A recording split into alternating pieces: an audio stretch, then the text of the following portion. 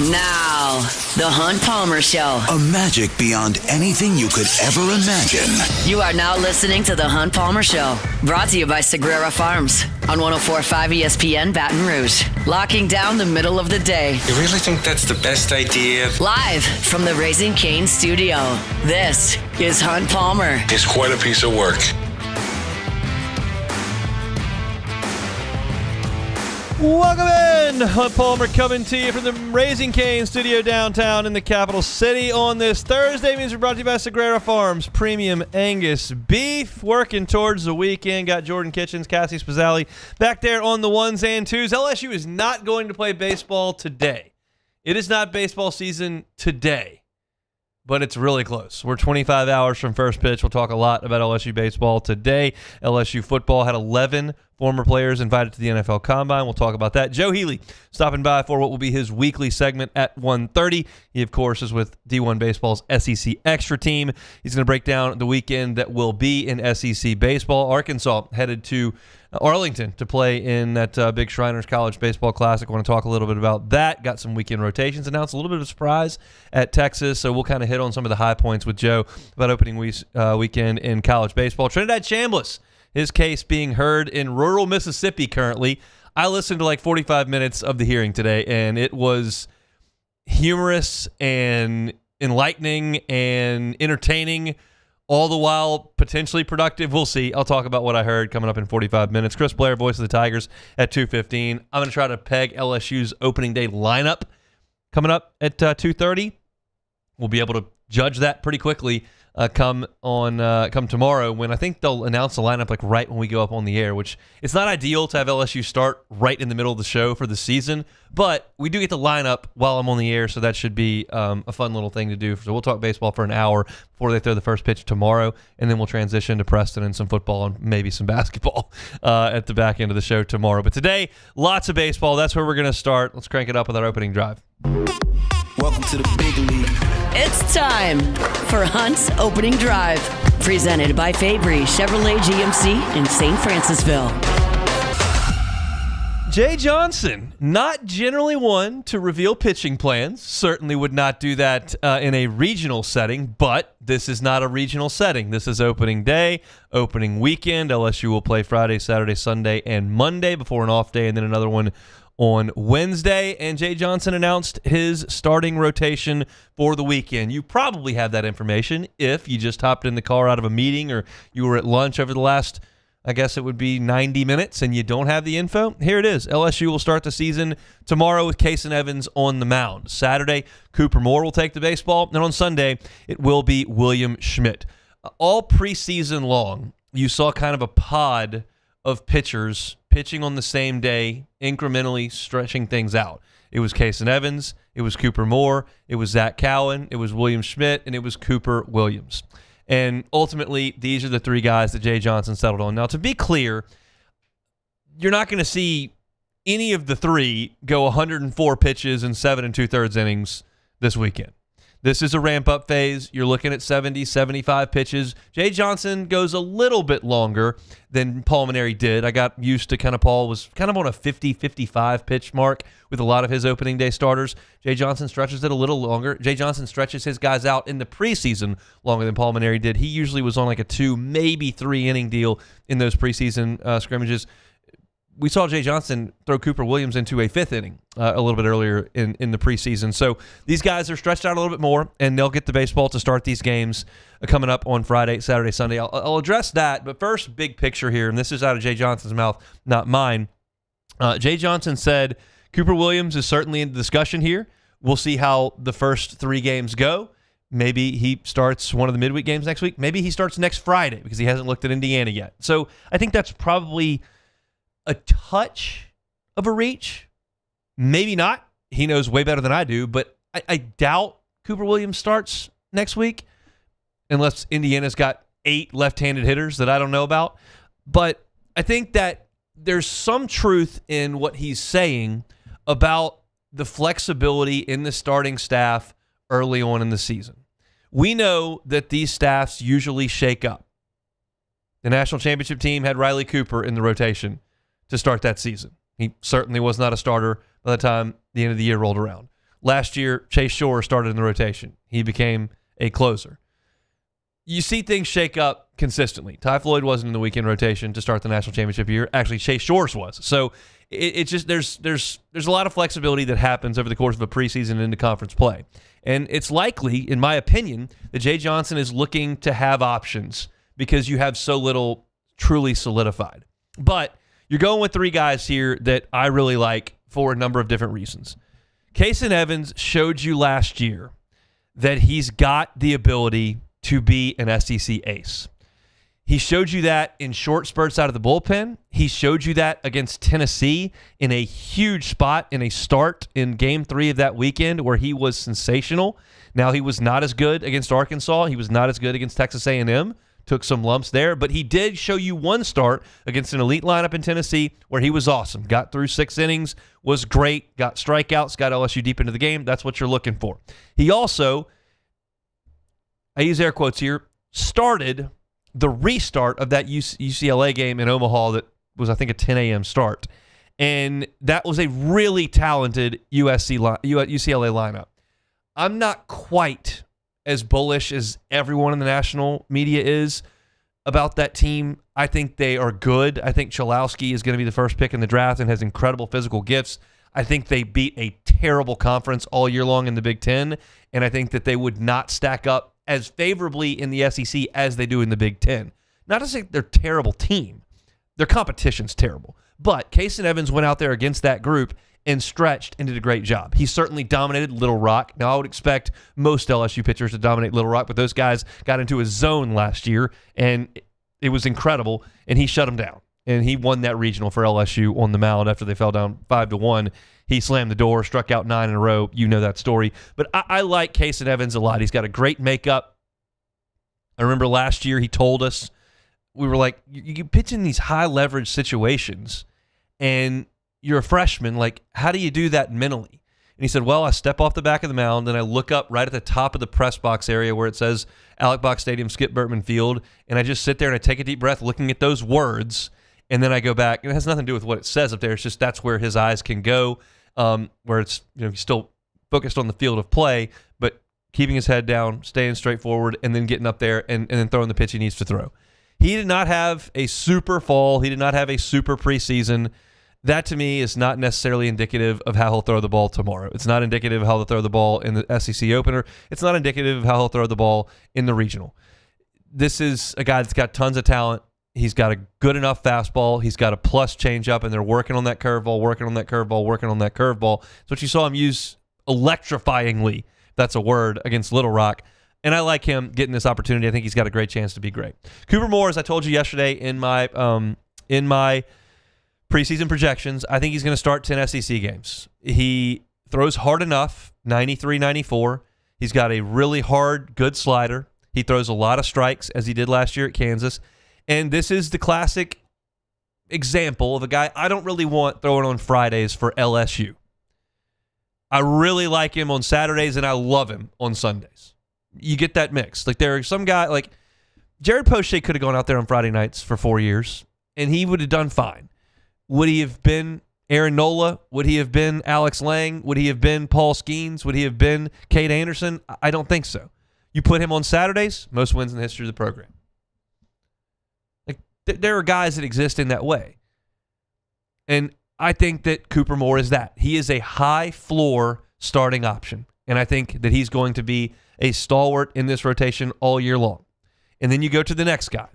And if William Schmidt can do on Sunday what he did last Friday, which is throw strikes and miss bats by the truckload, and he can ultimately become the number 1 or number 2 on this staff, it changes the fabric of the team. It just does. There aren't a lot of guys that can change the fabric of the team with their performance. William Schmidt is one of them. And he's going to get an opportunity on Sunday. Now, what he does on Sunday is not really indicative of what his performance will look like in SEC play, because we saw him at times overwhelm non-conference opponents last year. Nichols just didn't have a chance. I loved what I saw from him in that game. Loved it. But he didn't do that when he got limited opportunities in the SEC. And so until he does it against the SEC competition, I'm not going to fully buy in. But I'm certainly bought in on the tools and what he could be. It's just a matter of getting there. And doing it against Milwaukee, who hasn't practiced outside yet, is not going to sway me. But it is still important for him to go out there and throw the ball over the plate. The only stat I'm looking at with William Schmidt, it's not strikeouts, it's not base hits allowed, it's not home runs allowed. I'm looking at one statistic, balls and strikes. We'll get to command and whether you left that pitch over the plate too much and all that against the SEC. I want it over the plate, and that's what he's got to do. I have said this multiple times, and I've been very upfront about my feelings with this sentiment. I don't know this to be true. I am simply hypothesizing. I'm guessing. But not every player as a freshman that puts on that uniform feels the same amount of pressure. I just don't get the sense that Stephen Milam or Alex Bregman or Paul Skeens really gave a rip about the fact that they had LSU on their hat and Tigers across their chest when they got out there. That did not make them more anxious. Not to suggest they don't love LSU. I'm sure that they do. But they didn't grow up that way. William Schmidt grew up in that ballpark, and he knows how big a deal it is to put on that hat and to put on that jersey. And that can't help but give a guy some extra emotion. And some folks can channel it really well, and some folks maybe don't. Like Aaron Nola grew up in that stadium too. He watched his older brother win a national championship when he was in high school. But I just don't get the sense that Aaron Nola really gave a rip. Give me the ball. His heartbeat is 3 beats a minute all the time. And maybe that's why William Schmidt walked 11 guys into SEC innings. It's just, this is a big deal. I got to get this done. I've always wanted this chance. Here it is. We got to go. And maybe that led to some wayward pitches. He's a year older. He's a year more mature. He needs to have that confidence, and hopefully his last outing of the preseason gave him that. And I cannot wait to see what he does on Sunday. Because again, it doesn't prove you can do it against the SEC if you do it against Milwaukee, but it's a step in the right direction if you dominate Milwaukee. I like this. I think that there are other options in this weekend rotation. Cooper Williams is an option. Zach Cowan is an option. There could be a time down the road where Marcos Paz is an option. There are other guys who could get an opportunity to do this. But these 3 guys, I think, make a lot of sense. Yeah, they're all right-handed. Yeah, they're all going to throw 93 to 96. Yeah, they're similar. You don't have a 6'6" guy. You don't have a sidearm guy. Like, Schmidt's a little bit more over the top than Evans, and Evans got a quicker leg kick than Schmidt, and Moore's a little bit older and doesn't throw quite as hard. And there are some variabilities. They're not the same 3 pitchers, but they have a lot of similarities. There's not anyone to really break it up, but I think these are the right guys to put out there. I think that Monday's game is just as important an audition as Friday's game, if Cooper Williams does start that game. If Jaden Newt does start that game, and we'll see if the same rotation carries on to next week. And next week you'll play Indiana, and you'll play Notre Dame, and you'll play Central Florida, and we'll get a sense. There's a lot of baseball coming right out of the chute here between this Friday and next Sunday. They play Friday, Saturday, Sunday, Monday, Wednesday, Friday, Saturday, Sunday. It's 8 games in 10 days. It's a lot. So I'm curious to see how it all plays out. But that's your weekend rotation to start things. Tomorrow, LSU will get their season underway. Case and Evans will have the first pitch of the defense of the national championship here for LSU. 2 o'clock first pitch from Alex Box Stadium over there at Skip Bertman Field. All right, that's your opening drive. Our Thursday show is brought to you by Sagrera Farms Premium Angus Beef. When we come back, LSU made an announcement about 7 former Tigers headed to Indy. I'll tell you who it's really important for next. The Hunt Palmer Show. One Bath and Closets. OneBathAndClosets.com is the website. David Duvall and his team, 30 years redesigning, remodeling, and customizing bathrooms and closets. I just never really prioritized closet space. It just wasn't something that I cared that much about. And then a woman moved in, and she was like, this ain't going to get it. We had coats down the hall. We had stuff in boxes. We put stuff in the attic. We had stuff in other bedrooms. Just didn't have enough room. We moved, and we knew we were going to move when baby number 2 came, so we didn't call David Duvall with One Bath and Closets. But you don't have to move to create new closet space. You call David. He can maybe take your existing space and just use it more efficiently. They've got equipment and things that they can do structurally to just use that space more effectively. They can also build you a brand new custom closet. Go to the website, onebathandclosets.com. You'll see how beautiful these projects end up being, and they're all customized. He starts with a questionnaire in that consultation to see kind of what you have and what you're looking for. He builds it for you. If you're thinking about, oh, well, are there financing options? There are. 0% up to 18 months, same as cash. Get that consultation. Check out that great work. See some of the reviews from satisfied customers at onebathandclosets.com.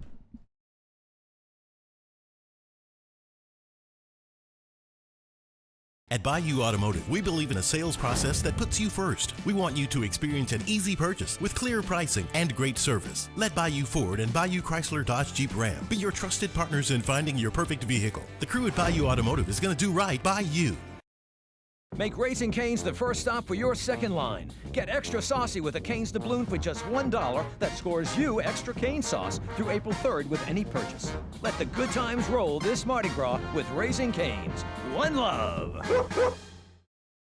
At Parrish, we take pride in building roofs that last. Because in Louisiana, toughness isn't just on the court, it's in your home too.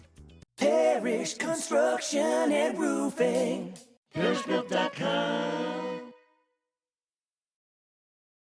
Lockmair to Sean Fagan and Associates has won for our clients over $175 million over the decades, but our greatest success is our clients who have chosen and trusted us to help them.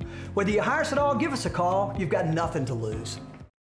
Hi, I'm Sean Fagan. If you get injured, you could be staring at medical bills, repair costs, and lost income. Life can be turned upside down. At Lockmair to Sean Fagan and Associates, we'll work to turn your world right side up. Hire us, and like thousands of our clients, you'll be glad you did. Hi, this is Beth Tarina. Welcome to my pool.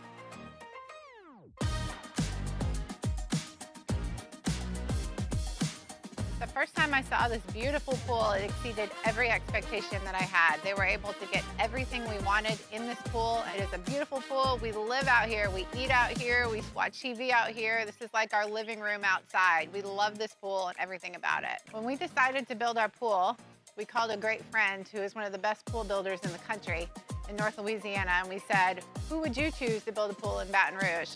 And without a hesitation, he told us Russell Pools. He said their history, tradition of great builds, great pools was unmatched. So of course, who did we call? Russell Pools.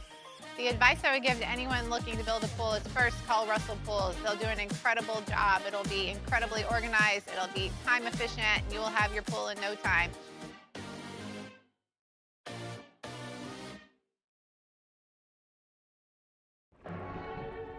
These are the luckiest ice cubes in the world.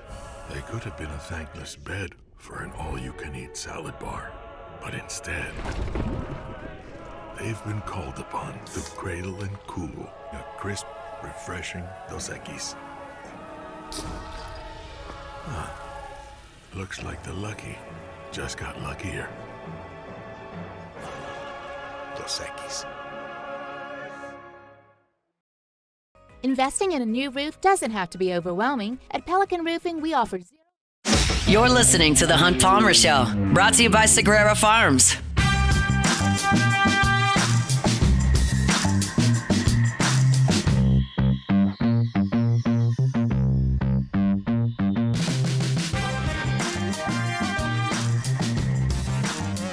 What's up, my friends at First American Bank and Trust? First American Bank and Trust. Talking about 25 locations throughout Southeast Louisiana. There is always one near you, whether you're on the I-12 corridor, that's Jones Creek, Dutchtown, Hammond, St. Tammany, Tangipahoa. Maybe you're down the bayou, St. James, St. John, Lafourche, Terrebonne. No matter where you are, there's a location near you.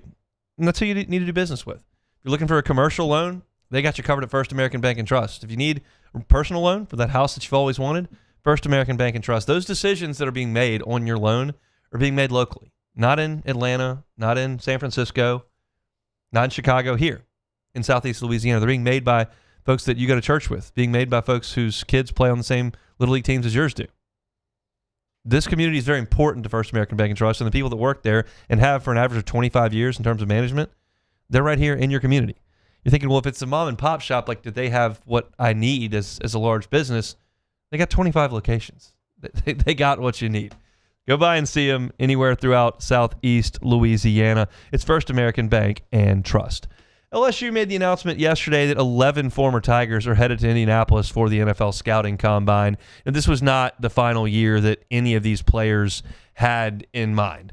These guys either signed up at LSU 4, 3, 2, 1 year ago to play for a championship, and that didn't happen. But now it's on to what's next. And these guys have an opportunity to improve their stock over the next couple of months. Offensively, you've got Garrett Nussmeier, Aaron Anderson, Barryon Brown, Chris Hilton, Xavier Thomas, and Bauer Sharp that'll be there, 6 Tigers. And these guys obviously played on an underperforming unit this past year. The tape is not going to be exceptional. Nussmeier was hurt the entire year. Aaron Anderson was hurt the entire year. Barryon Brown had very little in the way of production. His quarterback play was not great. Chris Hilton had almost 0 production. He had 10 catches on the year, and 3 of them came in the bowl game. Xavier Thomas had his best year, most productive year, I would suggest. And then Bauer Sharp, who is a really good athlete but hasn't done a lot in terms of catching the ball. He'll pass a lot of tests. These guys have a chance to go out there and test really well, which will supplement underwhelming tape from 2025. I think on that side of the ball, the 2 guys who can do the most to help themselves in terms of the combine and even the pro day are Garrett Nussmeier and Chris Hilton. Now, I know y'all are sick of me saying this. You're sick of us saying this. I promise all of us aren't in on some bit here. The local Baton Rouge media is not in on a bit. When we go out there in August, Chris Hilton has made a lot of plays. They don't show up on the tape. But credit to Chris Hilton. I wrote about it at LouisianaSports.net. Matt had him on the show a couple of days ago on Tuesday. He played in 4 All-Star games this year. Any chance he had to put on a shoulder pads and a helmet and go show what he could do, he took the opportunity. And he's going to go to Indy, and he's going to run sub 4.4. Like, there is nothing more exaggerated in sports, certainly football, than 40 times. I hear time and time again about this junior in high school, this senior in high school. I mean, he's a sub 4.4 guy. It's like, really? Is he really? Because these guys, after 3 and 4 years in college, go to Indianapolis and run in the combine, and almost none of them run in the 4.3s. Almost none. But you're telling me all these juniors and seniors in high school, they run a 4.3? Are you sure? No, you're not. Anybody with a clock can miss it by 0.3 of a second. But Chris Hilton will be on an electronic timer. He will run sub 4.4 when he gets to Indy. And he's healthy, and he's committed, and he represented LSU at media days, and he tried his best and played in 4 All-Star games. And I think that the combine can help him. Barryon Brown's going to run a great time too, but the other name that I'm thinking of is Garrett Nussmeier. Any chance he can get to go out there and throw, he needs to throw. Because the best thing Garrett Nussmeier does is throw. And especially when you consider it's a protected situation where there is no pass rush and there is no defense to read and he's just ripping it, that's his best thing. So I think the combine for Nussmeier and Chris Hilton can be incredibly impactful. When you go to the defensive side of the ball, it's 2 guys on the edge, Patrick Payton and Jack Pyburn. Then you got Harold Perkins, Mansour Delane, and A.J. Halsey. I can't imagine Mansour Delane is going to do much of anything at the combine except get measured and go talk to teams and do his medical. He had an injury at the end of the season. Teams will want to deal with that. He's not running. He's not going to run cones, the shuttle drill. Like he doesn't need to do any of that. Just turn on the tape. Bang. That's it. He played in, I think, 11 games, 10 games. He missed a couple. Turn on the tape. That's it. That's the resume. I'll show you how tall I am. I'll show you how much I weigh.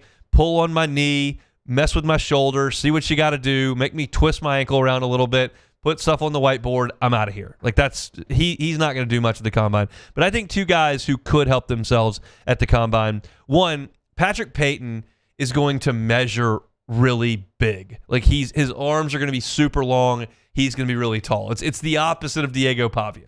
If you're looking for long levers and actual size and length, Patrick Payton is going to measure that.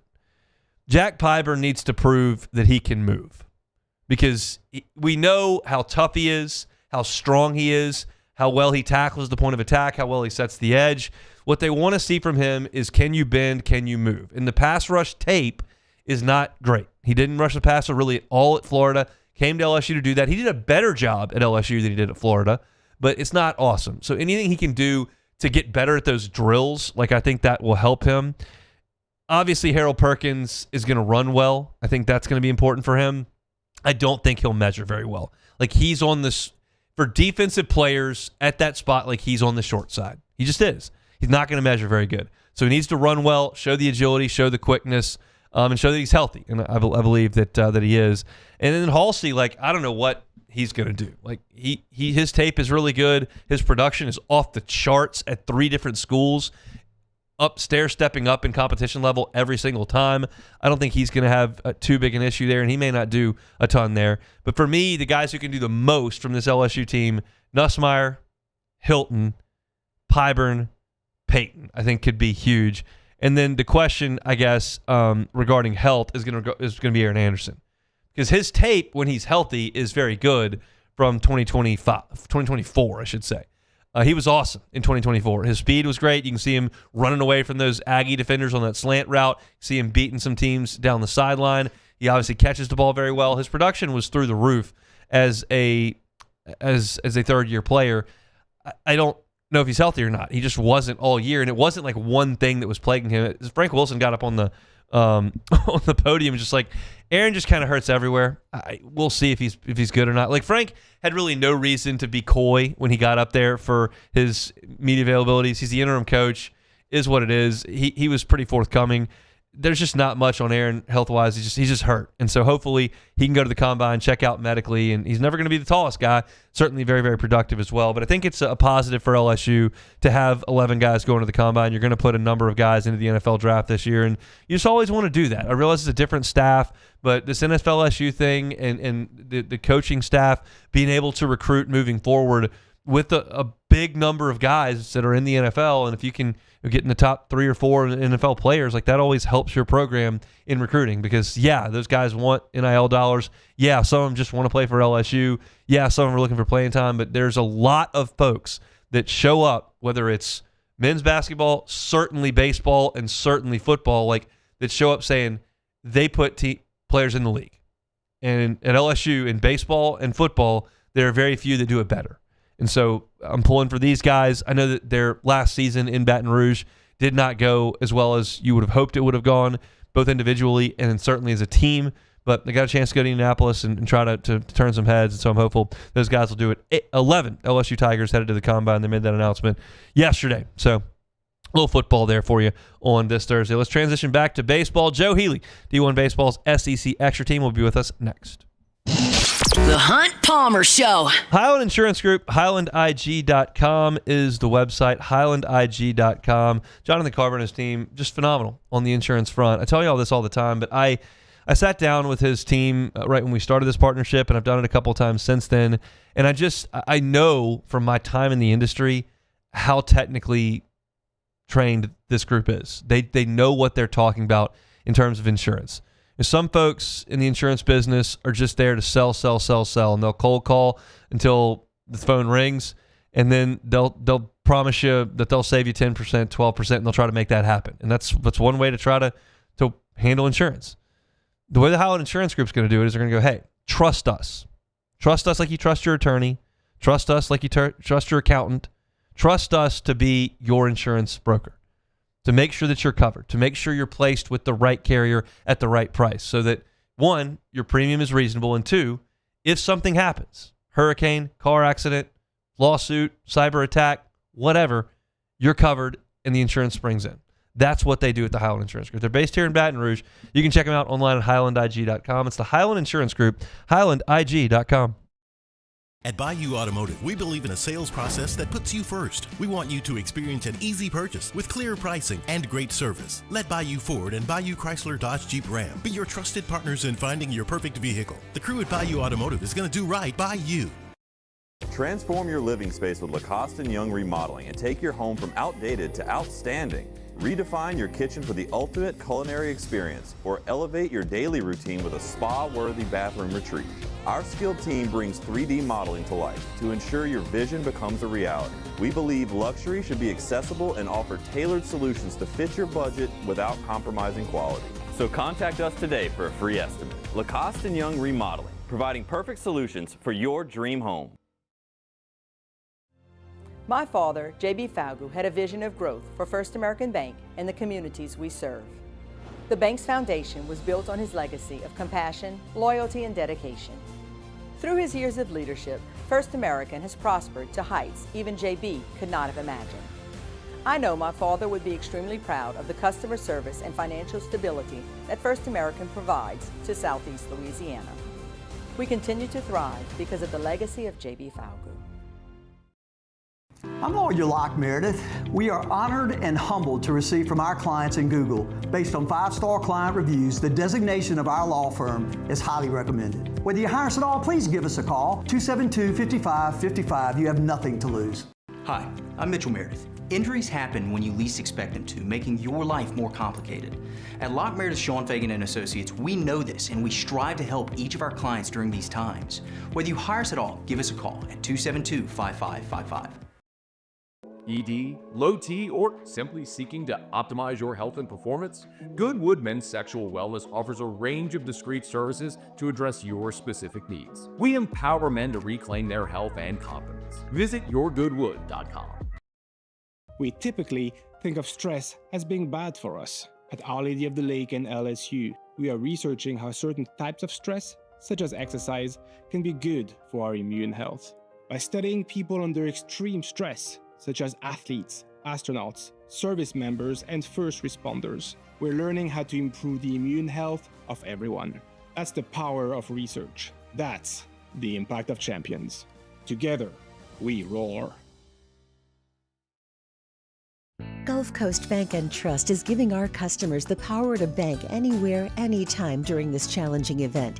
And we're right there with you. Our mobile banking app is a smart way to manage your money and time.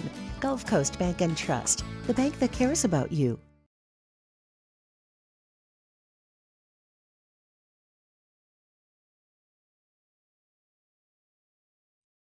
This is the Hunt Palmer Show, brought to you by Sagrera Farms.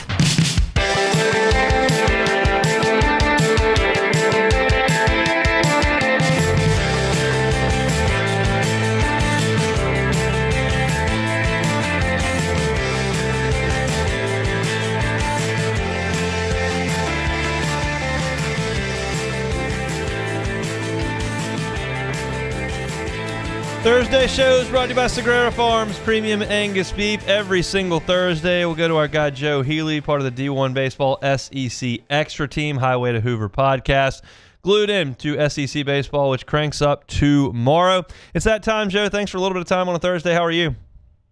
Yeah, Hun, happy to join you, as always. Looking forward to another season, which the weather has warmed up a little bit. That's been nice. I was a little worried there for a minute, but looks like everything's warming up a little bit. A little rainy, but we'll take that. That's just going to be part of the deal. That's always part of the deal, especially at this part of the world. So we'll take the 70-degree weather this weekend because I've been in the box for some cold openers. Not going to be the case this weekend.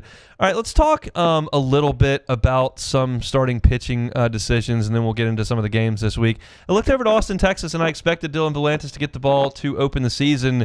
They'll move the now precocious sophomore to the Sunday role with Ruger Riojas at the front. Did that surprise you to see? It did surprise me a little bit, but I'm not. I guess if you take a step back, I guess I'm not surprised from the standpoint of maybe wanting you to take a little bit of spotlight off of Volantis. There's going to be a lot of people paying attention to college baseball tomorrow. We're going to be kind of hyper-analyzing the first day of games, just like we do in all sports. Opening day, we tend to pay a ton of attention to it and try to read too much into it. And so I think there's probably some element of just trying to take a little spotlight off of him and say, hey, let's kind of stash him on Sundays. We can always move the rotation around. Teams do that, all throughout the season. So I think it's just, hey, let's start off with a certainty in a guy like Riojas. We know what we're going to get. We know he's going to go out there and give us a chance to win and compete and all that. And then Volantis can just kind of be the third guy in the rotation. And if he, the beauty of it is if he overachieves that Sunday spot, he'll be pitching on Fridays soon enough. And, Texas is obviously going to have a lot tougher series than this weekend. So he'll have plenty of chances to prove it. UC Davis in Austin starting up tomorrow. Let's talk about LSU's rotation before we get into the big games over in Arlington. LSU's going to go with Kason Evans on Friday, Cooper Moore, the Kansas transfer, on Saturday, and William Schmidt will get the ball on Sunday. What do you see there? Obviously really, really talented and kind of looked like it was going to be the rotation all along. Like, frankly, just to give you a peek behind the curtain, we have coaches send us information at the end of the fall with kind of that's what we base our preseason stuff on. Is we send out a survey, coaches send it back and tell us kind of how things are shaping up, right? And it's not 100% because things change, but that's the rotation they gave us way back in the fall. Those were the names that Mark and I on Highway to Hoover kind of came up with in the fall. And I don't want to say that to pat ourselves in the back. I just say it that those three guys were kind of the guys everybody was looking at, and it turns out those are the three guys that are going to be at least in the opening day rotation. I'm intrigued particularly by Cooper Moore because I just heard a lot of really good things about him in the fall and in the preseason. He was obviously already accomplished, had a great year at Kansas last year, but that looks like the guy here that could really take a jump to turn this rotation from being very good on paper to being great on paper. All right, let's go over to Arlington. That's where the show is. The SEC and the Big 12 will play over at Globe Life. I want to start with Arkansas. Obviously, LSU saw their season come to an end in Omaha right in front of your eyes last summer. What do you think about the Hogs team this year overall? And then obviously you look at the starting rotation, and Gabe Gackel is going to give this another shot. Yeah, that's if you're going to nitpick, because I like the talent in and of itself. There are no bad players on this roster, just like the same with LSU and the rest of the upper crust of the SEC. But the thing that you can nitpick that makes me a little nervous, and I think we talked about this last week a little bit, was just a rotation where you're going to be leaning on Gabe Gackel, who tried the rotation thing last year and it just didn't go exactly according to plan, and then Hunter Dietz, a guy who really hasn't pitched because of injury the last 2 years, and his outing this weekend, assuming he gets gets a few innings under his belt, is going to be the longest outing of his career by far. And this is his third season on campus, so that tells you how injured he's been. And then you got Colin Fisher, their third guy, is a guy who was just kind of a depth piece last year. And so they're asking a lot of some guys that haven't proven it in those roles. And, with Oklahoma State, TCU, and Texas Tech lined up, those are 3 games that Arkansas could win. And by ranking, at least, you'd say should win. But I'm not sure it's going to be that simple. Now, where I don't have any sort of concern is offensively. I think they've got good depth there. I think they've got good quality. Ryder Helfrich's an SEC Player of the Year type of candidate. Kuhio Aloy is back. Cam Kojal is back. They've just got a lot of really nice pieces back. So I don't really worry about that part of it, but I do have a sneaking suspicion that this is just one of a number of different rotation combinations we'll see for Arkansas before they land on the right combination. Look, I feel like I know what your answer is going to be to this question. It's going to be I don't really know. But, do you have any reason why Gabe Gackel struggled as a starter? I've watched him in person 3 times. I can't imagine teams hitting him consistently. Yeah, it's tough, right? Because, it looks so good coming out of his hand. All of his stuff is great, The best explanation I have heard, I'm not a scout, I'm not a coach, so who knows? But the best explanation I've heard that at least sounds like, oh, you know what, that makes a little bit of sense, is that his repertoire is so based on, it's fastballs up at the top of the zone, and then it's that hammer breaking ball he wants to get you to chase, and he just hasn't learned how to be efficient enough to really use those pitches properly. So what happens is he gets behind a little bit in the count, and now he's in a situation where he's got to put the ball over the plate, but his stuff is not really necessarily made to get strike 3 looking. It's to get strike 3 swinging. And so if you've got a lineup he's facing that's willing to let that fastball go high and willing to let the breaking ball go low, you're going to be able to at least at a bare minimum work some counts. And that was his biggest issue last year. It wasn't necessarily that he was getting, just blitzed by offenses and the ball was flying all over the yard. It was more like he'd give up a couple runs, he'd give up some traffic, and his line would be 4 1/3 innings, 5 hits, 2 runs, which is fine, but not really inspiring. And so it was more about efficiency than it was about quality for him. Now, the quality wasn't great either, I'm not going to lie to you, but it was more about efficiency. So he's just got to get ahead, A, and then B, find a way to use his repertoire in a way that does not require undisciplined swinging at the plate. And as a reliever, that's usually fine. You can get away with that. But as a starter, you've got to go about it a little differently, and it's not clear that he's necessarily mastered that just yet. Joe Healy's our guest, part of the SEC Extra team over at D1 Baseball, also on the Highway to Hoover podcast. Tomorrow, 11 a.m. Central Time, Oklahoma will play Texas Tech, and this will be a familiar name to LSU fans. Cam Johnson will get the baseball for Skip Johnson in Oklahoma against Texas Tech. How do you feel about him at the front of the rotation? Nervous. Yep. I just don't see how you can look at his history and be anything but nervous. And, look, talent is not an issue. Arm talent anyway is not an issue. But here's going to be the key. Everything I've heard about Cam Johnson is that the difference for him this fall, if you're inclined to believe Skip Johnson, that Cam Johnson's a different guy this time around, if you're going to give them that grace, what I've heard is that he did a really good job in the fall and in the preseason of not letting innings blow up on him. And if you go back to last year, that's kind of what happened. Early in the season, he would throw 3 good innings, and then the 4th inning would get sideways on him, and he couldn't get out of it. Apparently that's changed. So that's what I'm going to be looking for is, if he comes out and strikes out the side in the first inning, that's great. But I'm less concerned with that and more concerned with, hey, when you start to get a little bit tired in the 4th or 5th inning, or the lineup has seen you one time around, can you fight your way through an ugly inning? Because if you're going to be a Friday starter in particular in this league, you're going to have to fight your way out of some ugly innings. You're not going to be Paul Skeens. Like, you're not going to just cruise through starts. You're going to have to fight your way through things, and he's not proven that he can do that. Apparently it's changed, but obviously it remains to be seen. I miss having Paul Skeens. That was quite fun. 3 o'clock. For everybody. Yeah, for sure. Well, not for the teams on the other side. Not as much fun That's for right. them. That's right. Vanderbilt, number 23 in the country, facing TCU, who's a top 10 team. That's at 3 o'clock Central Time. What do you think about Tim Corbin's team a year after being the number 1 national seed last year? Boy, how weird was that last year, right? That a month before the regular season was over, Vanderbilt wasn't even in the hosting discussion, and then they ended up the number 1 overall seed. And I'm not really sure that anybody who follows the sport really believed that they were that they were that type of quality team. But hey, the committee said they were. So, but this year the questions are going to be the same. It's like, I have a lot of confidence they're going to pitch. I don't have as much confidence they're going to be able to win games 10-8, and you got to win some 10-8 games in the SEC. Now, they also had the misfortune of probably getting the toughest draw this weekend because they're going to deal with TCU on Friday, and TCU has a All-American starting pitcher named Tommy Lepore they're going to have to deal with, and pitch counts are going to be in place, so Lepore's not going to go out there and throw a complete game, but it might make for a really difficult 4, 5, 6 innings if he's on his game. And so for an offense at Vanderbilt that's going to have to prove to us that it's an improved unit over what it's been the last few years, and I'm dubious of that, but it's going to try to prove that, and trying to do it against Tommy Lepore and then the best arms that TCU has in its bullpen is not exactly the way you want to start it. So a tough weekend overall, but they kind of drew the short straw by getting the best non-SEC pitcher on the board in their first game.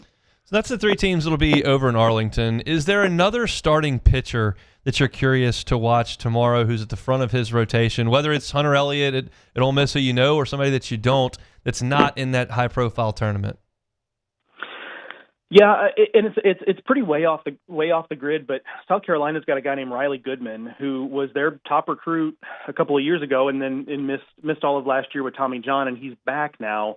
I saw him in the fall, and it was electric. And obviously, I'm not saying that even if he's the best, even if he is Paul Skeens, I still don't think that South Carolina is going to be a regional team. I'm also not saying he's going to be that good, but the stuff does open your eyes. Like it is eye-opening, like coming at you, top-end SEC stuff. It's just a matter of, is he ready to be that type of Friday guy? So we're not going to, I think they're playing Northern Kentucky. I'm not suggesting that's going to be the be-all, end-all there, but I do think it can be a harbinger of things to come if Riley Goodman shows up in that game and just mows through that lineup. That's what South Carolina is looking for. So I'm curious to see what he looks like because he looked so good in the fall. And, Hunter Elliott, that's another good name to throw out there just because I feel like maybe we've even, just because of his career being so disjointed with the injuries, we're probably not appreciating him for what he is. And that's honestly one of the most accomplished SEC pitchers in recent memory, just because he pitched them to a national title. And last year he was excellent. If he has one more year like that, it's going to put him up there with some of the greatest starting pitching names in SEC history if he can have another year like the 2 healthy ones he's had before. We shall see. We'll be watching all weekend long, and we'll talk to you next week as LSU gets ready to go to Jacksonville. Thanks, Joe. All right, see you, buddy. Joe Healy, D1 Baseball's SEC Extra team. You can find their podcast wherever you listen to podcasts at Highway to Hoover. Our Thursday shows are brought to you by Sagrera Farms Premium Angus Beef. Looking for doing beef a little bit different way? Sagrera Farms is an awesome way to do it. You're talking about herd levels in the United States that are at levels that they haven't been in since the 50s or 60s. Our population is obviously way, way bigger. Supply and demand drives beef prices up. You're paying a premium price for beef right now. Do you feel like you're getting a premium product? If you're not, I got one for you. Sagrera Farms, Premium Angus Beef. All of it is prime. It's right up the road in Ethel, 30 miles from Baton Rouge. You go up to see Sean. You go check out the farm. He's got that product there. You get a quarter of a cow. You get a half cow. You get a whole cow. You bring it back to your freezer if you got room. You got folks that you'd like to distribute it to in your family or friends, go in on it together. and get that prime Angus beef, fillets, ribeyes, strips, chuck roasts, ground beef. We got some of the Palmer House. It has changed the way we do things. It can change the way you do things as well. Sagrera Farms Premium Angus Beef. They bring you our Thursday shows. We'll take a time out. Come back. I'll tell you what I learned from the Trinidad Chambliss case. There's some humorous anecdotes at the very least. No decision's been made, but I'll tell you what I learned earlier today next. The Hunt Palmer Show. Lifetime Roofing online at lifetimeroofingla.com. As of January 1st, Lifetime Roofing is offering a lifetime workmanship warranty. Makes sense, right? Lifetime Roofing, lifetime workmanship warranty. That warranty covers not only the workmanship, but the materials. And those materials are backed by CertainTeed, one of the oldest and most trusted names in building materials. They've got financing options. I know a roof can be a significant investment, but if you're looking to sell your home and you think, man, I need a new roof for my resale value, well, you can do that, and you can finance the cost of that roof 0% for 18 months. That's what they can offer you at Lifetime Roofing. Also, if you don't have any roofing needs, but you want installation of gutters, siding, windows, they got it at Lifetime Roofing as well. Check them out online, lifetimeroofingla.com. They offer roof replacements, roof repairs, roof tune-ups. They're online at lifetimeroofingla.com, lifetimeroofingla.com. Make Raising Cane's the first stop for your second line. Get extra saucy with a Cane's doubloon for just $1 that scores you extra cane sauce through April 3rd with any purchase. Let the good times roll this Mardi Gras with Raising Cane's. One love. At Bayou Automotive, we believe in a sales process that puts you first. We want you to experience an easy purchase with clear pricing and great service. Let Bayou Ford and Bayou Chrysler Dodge Jeep Ram be your trusted partners in finding your perfect vehicle. The crew at Bayou Automotive is going to do right by you. These are the luckiest ice cubes in the world. They could have been a thankless bed for an all-you-can-eat salad bar. But instead, they've been called upon to cradle and cool a crisp, refreshing Dos Equis. Looks like the lucky just got luckier. Dos Equis. Transform your living space with Lacoste & Young Remodeling and take your home from outdated to outstanding. Redefine your kitchen for the ultimate culinary experience or elevate your daily routine with a spa-worthy bathroom retreat. Our skilled team brings 3D modeling to life to ensure your vision becomes a reality. We believe luxury should be accessible and offer tailored solutions to fit your budget without compromising quality. So contact us today for a free estimate. Lacoste & Young Remodeling, providing perfect solutions for your dream home. I'm lawyer Collins Locke Meredith. Among the most important factors to consider when you're hiring an injury attorney is trust. You trust your attorney will put your interest first, treat you with respect, fairness, and honesty. You trust them to be there for you when you need them. At Locke Meredith, Sean Fagan & Associates, thousands of clients have trusted us to represent them, and for good reasons. Please visit us at LockeMeredith.com to learn more, and whether you hire us at all, give us a call at 272-5555. You have nothing to lose.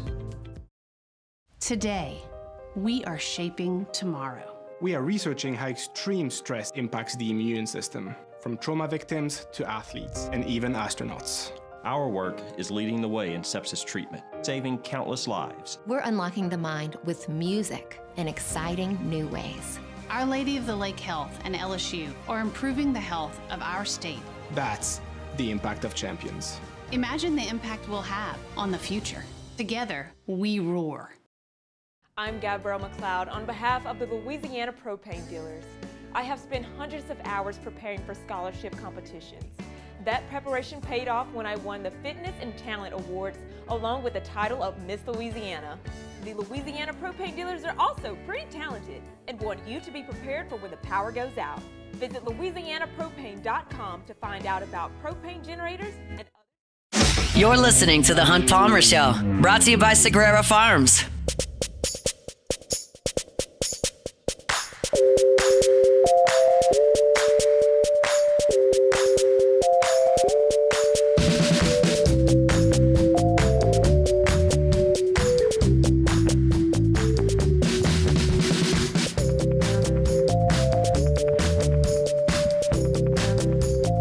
Gotro's Outdoor Power, 2 locations, one on Airline Highway here in Baton Rouge. Can't miss the inventory they've got of your mowers over there on Airline Highway. Also got a location in Gonzales as well. Baseball's here, right?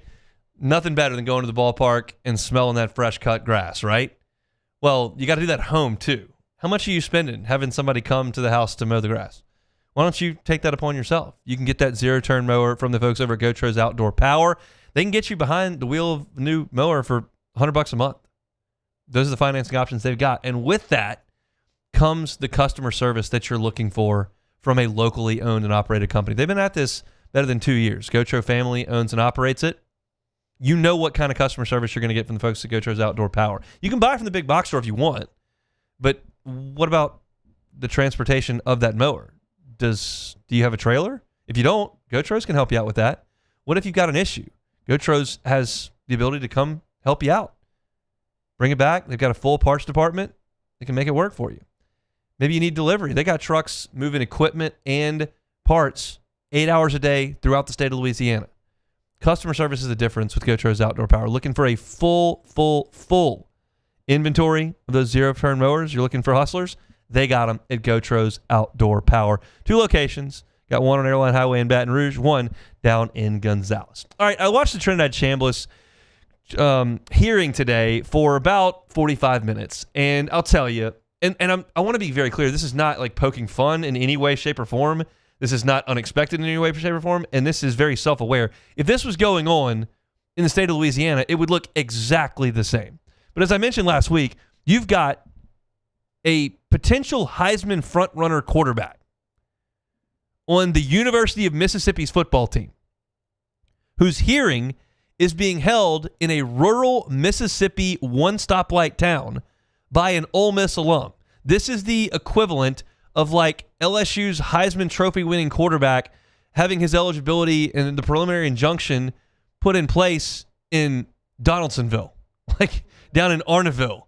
And they had an ENT doctor on, because this is all about whether or not Trinidad Chambliss's tonsillectomy caused him to miss the season. And they're going over like, well, how much do you actually have to breathe to play football? And how much does the tonsillectomy actually compromise your sleep? And hey, if you got the tonsillectomy in August, would you have been able to play by the end of the season? Like, all of it was very, very comical to me. You can hear the Mississippi accents, which, look, that would be the exact same thing as if it was down here in Louisiana. But you got a Mississippi accent on the doctor. You got a Mississippi accent on the attorney. You got a Mississippi accent on the judge. It looks like a courtroom drama on the Hallmark Channel.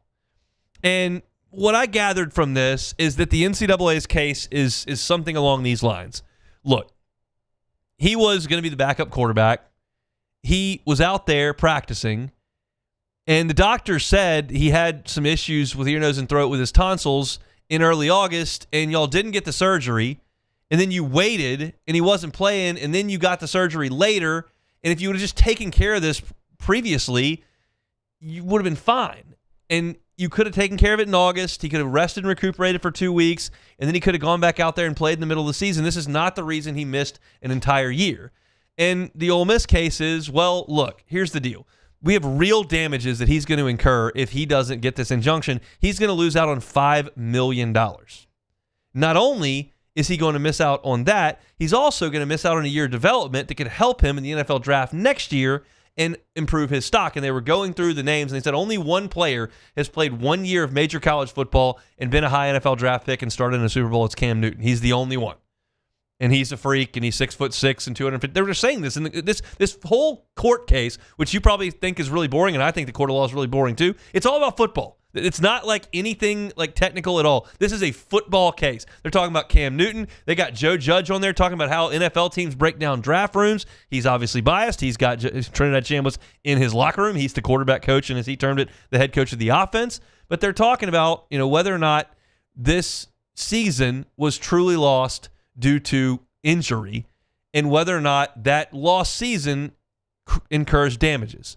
And my feeling all along, and the feeling of many of those who have followed this from the outside, is that Trinidad Chambliss is going to win this case.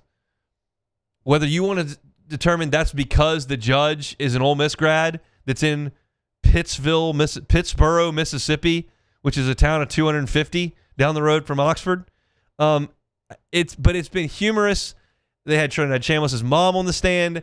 The Ole Miss side talked to her routinely about how much medicine she was getting for him and how often she talked to him and how much pain he was in and how much better he did after he had the tonsillectomy and how much better he slept and how much more energy he had. And then they turned it over to the NCAA guy, and he said, well, look, I have no questions for you. Congratulations on raising a wonderful son. Like that was the NCAA's attorney's only comment on the matter. At one point, which was the highlight of humor to me, the NCAA's attorney asked the doctor who was on the set who does ear, nose, and throat procedures, can you define the word could? That was an actual thing that was said in the courtroom. It's a circus. Trinidad Chambliss, I think, was being examined, or how I guess it would be, it's cross-examined, would be, he was on the stand. Can't even think of the verb. He was on the stand, I think it's starting at 1:15. He may still be on there right now. I've been obviously doing the show, so can't tell you. But I don't know if there's going to be a ruling at this point. I do know that it comes down to one person. The judge is the only one. So it's not like a jury has to go figure it out. The judge figures it out. So that's it for Chambliss. We'll come back and answer your LSU baseball questions after SportsCenter Thursday edition. The Hunt Palmer Show. Swing Easy Golf Club. SwingEasyGCBR.com. SwingEasyGCBR.com. Want to go work on your golf game this weekend, but not necessarily interested in trying to find a driving range? Well, you can. Swing Easy Golf Club is an awesome place to work on your golf game. And these months can be difficult to work on your golf game. It gets dark a little bit early. Can't do it after work most days. But you can do it at Swing Easy Golf Club. They got great technology over there. And it gives you an accurate reading of the trajectory of your ball, gives you an accurate reading of the carry distance, gives you an accurate depiction of your club face impacting the ball so you can see whether or not you're hitting it on the center of the club face. And you don't have to deal with the elements. What if it's windy? None of that. It's a great place to work on your golf game at Swing Easy. I tell you all the time, they'll deliver your beers. You can bring your friends there. You can play Pebble Beach, the whole deal. But also, it's a great place to work on your driving range game. You can do that at Swing Easy Golf Club. Segan at Perkins, Swing Easy Golf Club. At Bayou Automotive, we believe in a sales process that puts you first. We want you to experience an easy purchase with clear pricing and great service. Let Bayou Ford and Bayou Chrysler Dodge Jeep Ram be your trusted partners in finding your perfect vehicle. The crew at Bayou Automotive is going to do right by you. At Parrish, we're built for tough players and tough roofs. Coach is tough on us about preparation, and Parrish brings that same championship mindset. Do business with someone you know. Parrish Construction and Roofing. ParrishGroup.com. Okay, and what is our goal? Less than 110. That's right, less than 110. We teach. We laugh. We pray. Dear Heavenly Father, please guide our hands during this procedure. Hey, how we feeling today? I'm feeling better. We heal. You look better. Happy birthday. Thanks. We do all things. I got you. No way. With great love. FMOL Health. This is how we healthcare. My father, J.B. Falgu, had a vision of growth for First American Bank and the communities we serve. The bank's foundation was built on his legacy of compassion, loyalty, and dedication. Through his years of leadership, First American has prospered to heights even J.B. could not have imagined. I know my father would be extremely proud of the customer service and financial stability that First American provides to Southeast Louisiana. We continue to thrive because of the legacy of J.B. Falgu.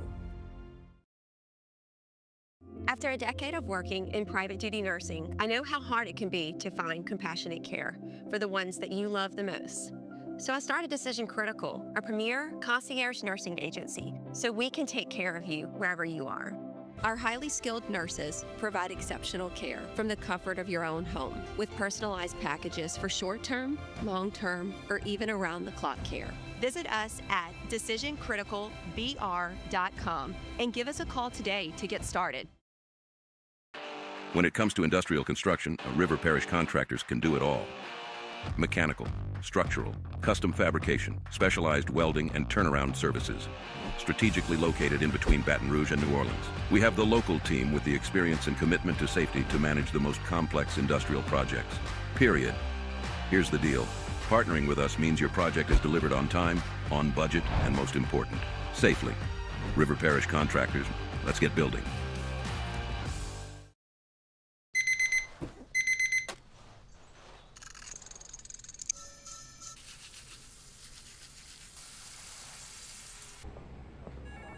Sometimes you ignore the signs, even when they're right in front of you. Problem gambling isn't always easy to spot. Know the signs. Set your limit. Learn more about healthy gambling habits by visiting us online or text or call for free confidential help now.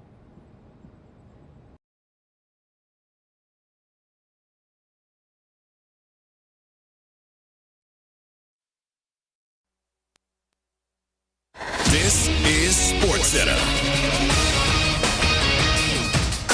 I'm Christine Lisi. The U.S. men's Olympic hockey team 10 minutes away from facing off in its first matchup in Milan against Latvia. Winnipeg Jets goaltender Connor Hellebuck starts in net. Canada beat Czechia 5-0 in its preliminary round opener today.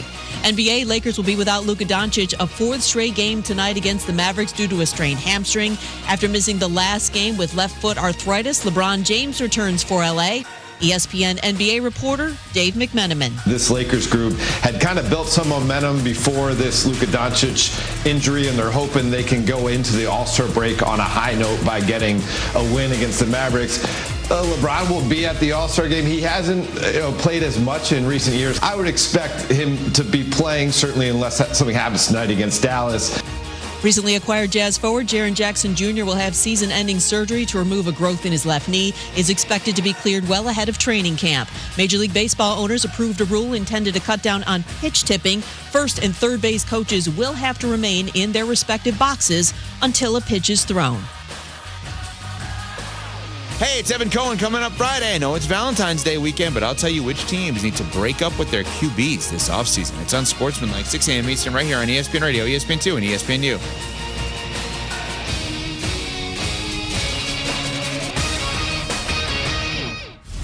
Now, the Hunt Palmer Show. A magic beyond anything you could ever imagine. You are now listening to the Hunt Palmer Show, brought to you by Sagrera Farms on 104.5 ESPN Baton Rouge. Locking down the middle of the day. You really think that's the best idea? Live from the Raising Cane studio, this is Hunt Palmer. It's quite a piece of work.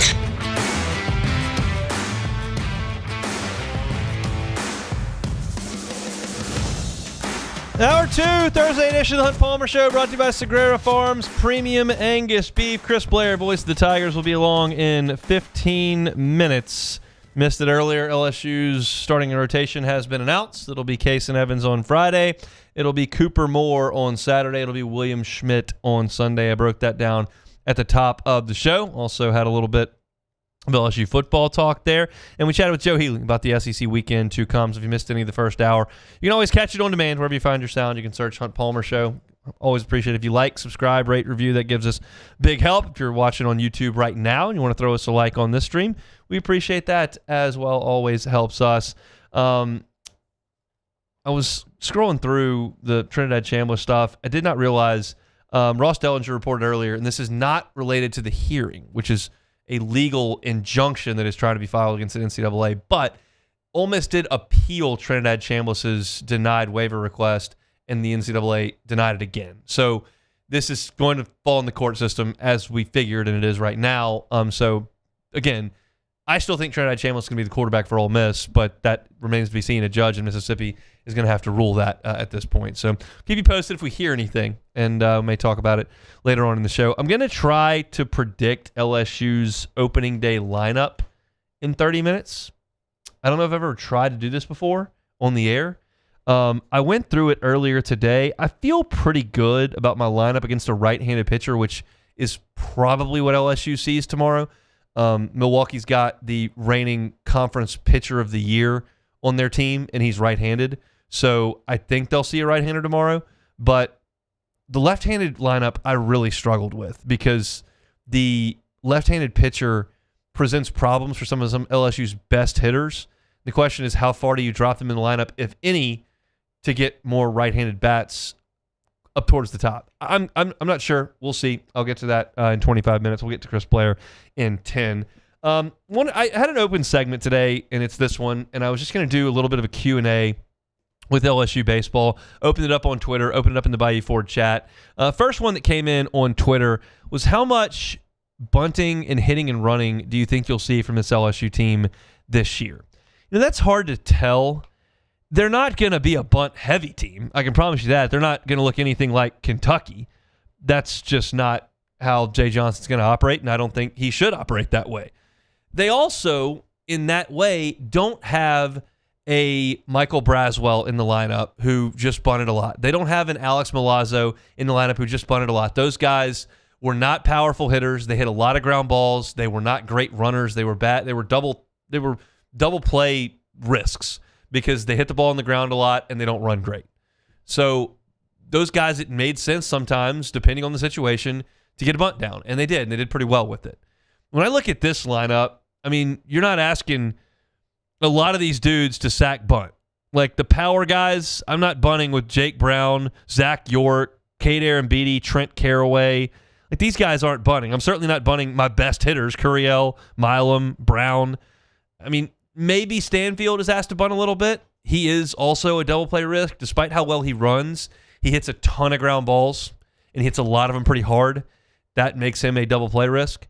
But they're not going to be a big bunting team. And there has been over the last few years a bat in the lineup that it just made sense sometime to move runners. You don't have that. So I think they'll be towards the bottom of the SEC in sack bunting. As far as hit and run, that is a Paul Maneri special. He loves it. I haven't seen as much of that from Jay Johnson. Now you have really good bat to ball guys like Curiel, Milam, York, Dardar.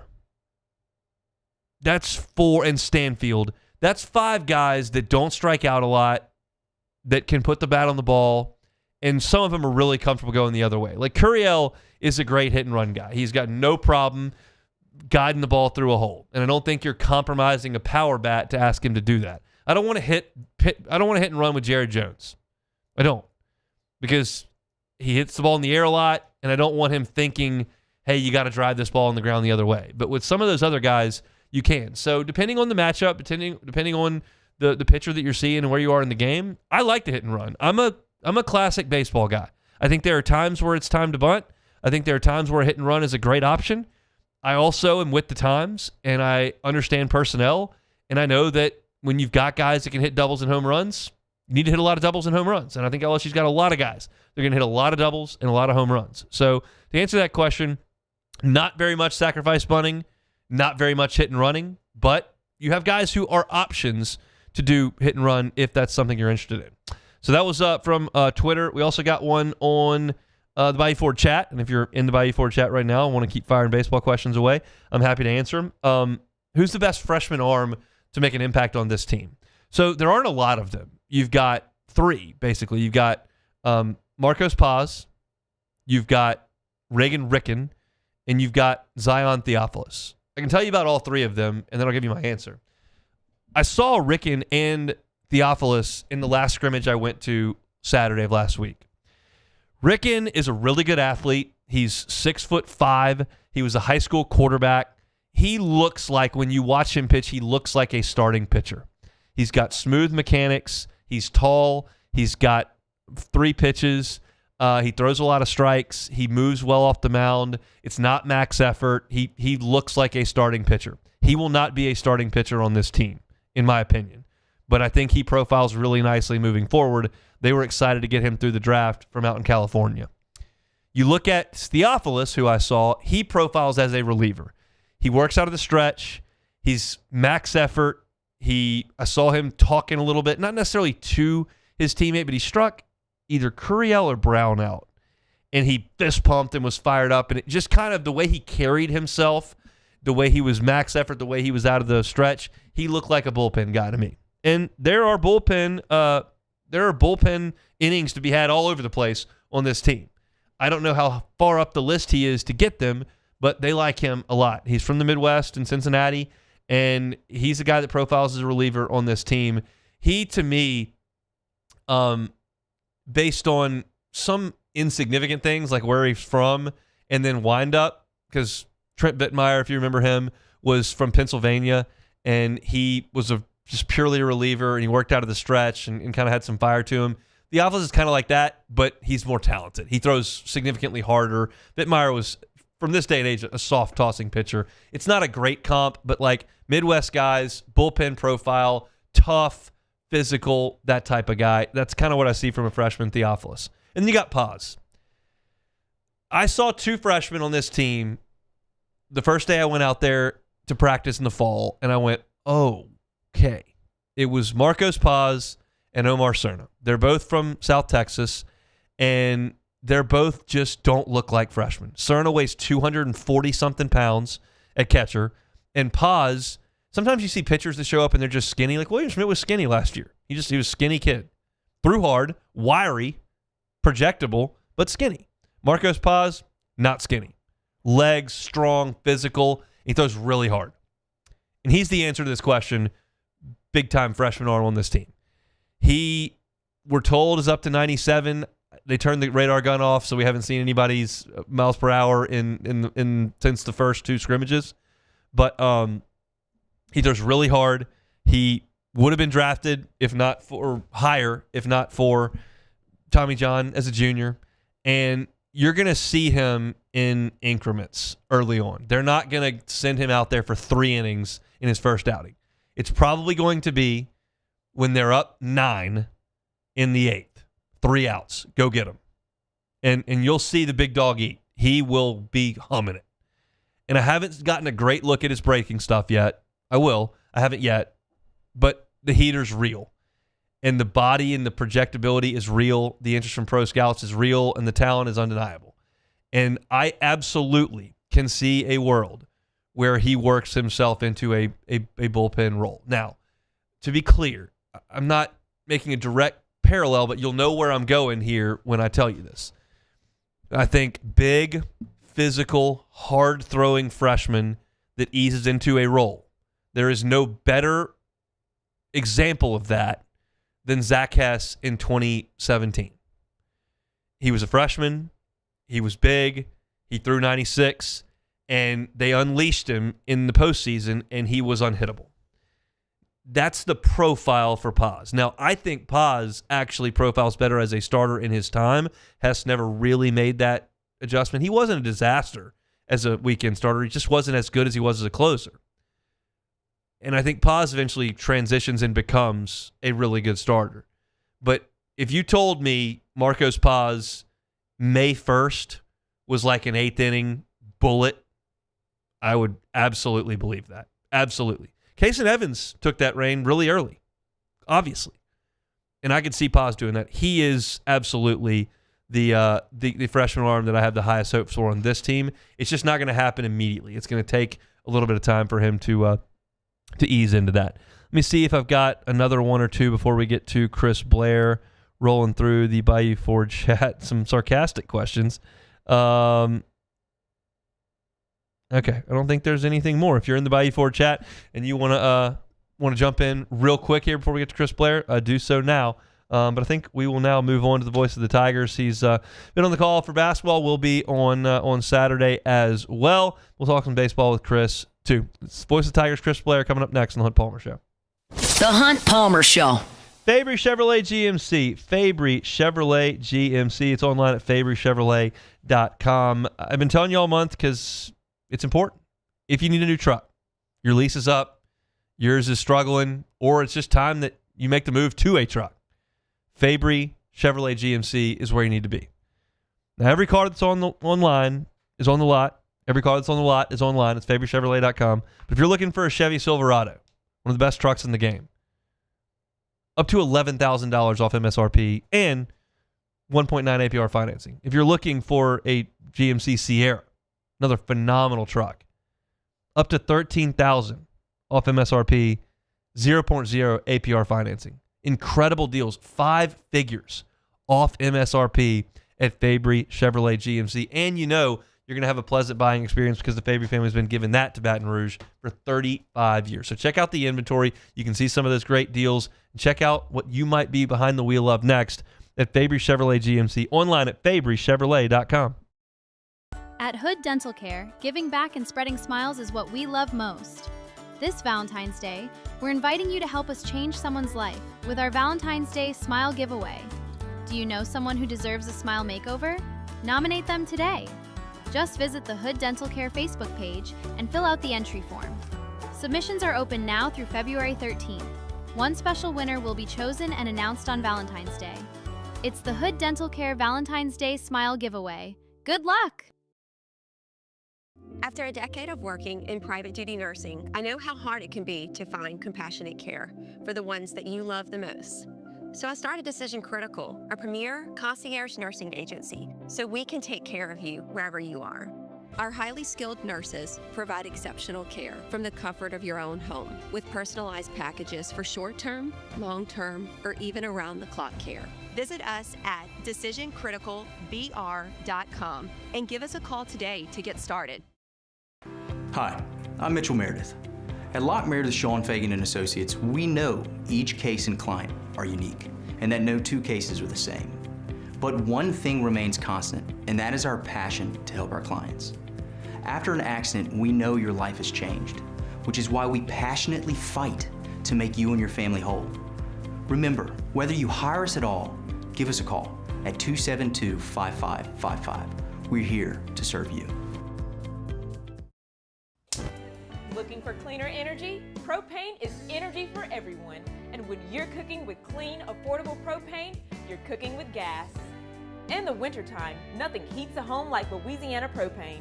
And when you need hot water, propane's got you covered. Oh, and you won't regret that propane generator when the power goes out. I'm Miss Louisiana, Gabrielle McLeod, and to find more information and to find a propane dealer near you, visit louisianapropane.com.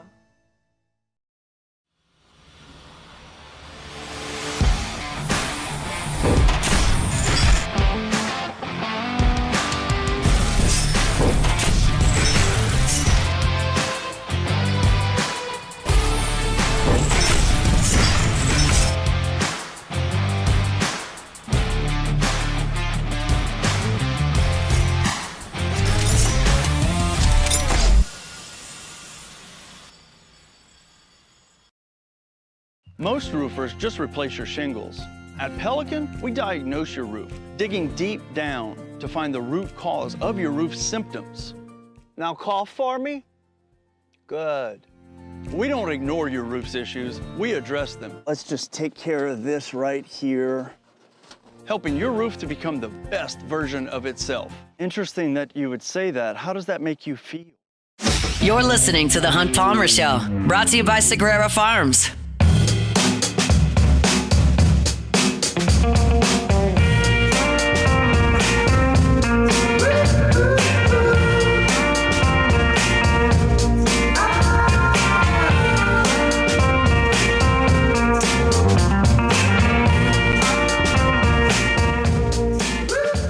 Thursday show is brought to you by Sagrera Farms Premium Angus Beef. Going to be a great weekend here in Baton Rouge. Full sports schedule. Got LSU baseball Friday, Saturday, Sunday, and Monday. Tiger Hoop Squad on the floor on Saturday as well. Chris Blair, voice of the Tigers, going to be there for a lot of that. Chris, how are you?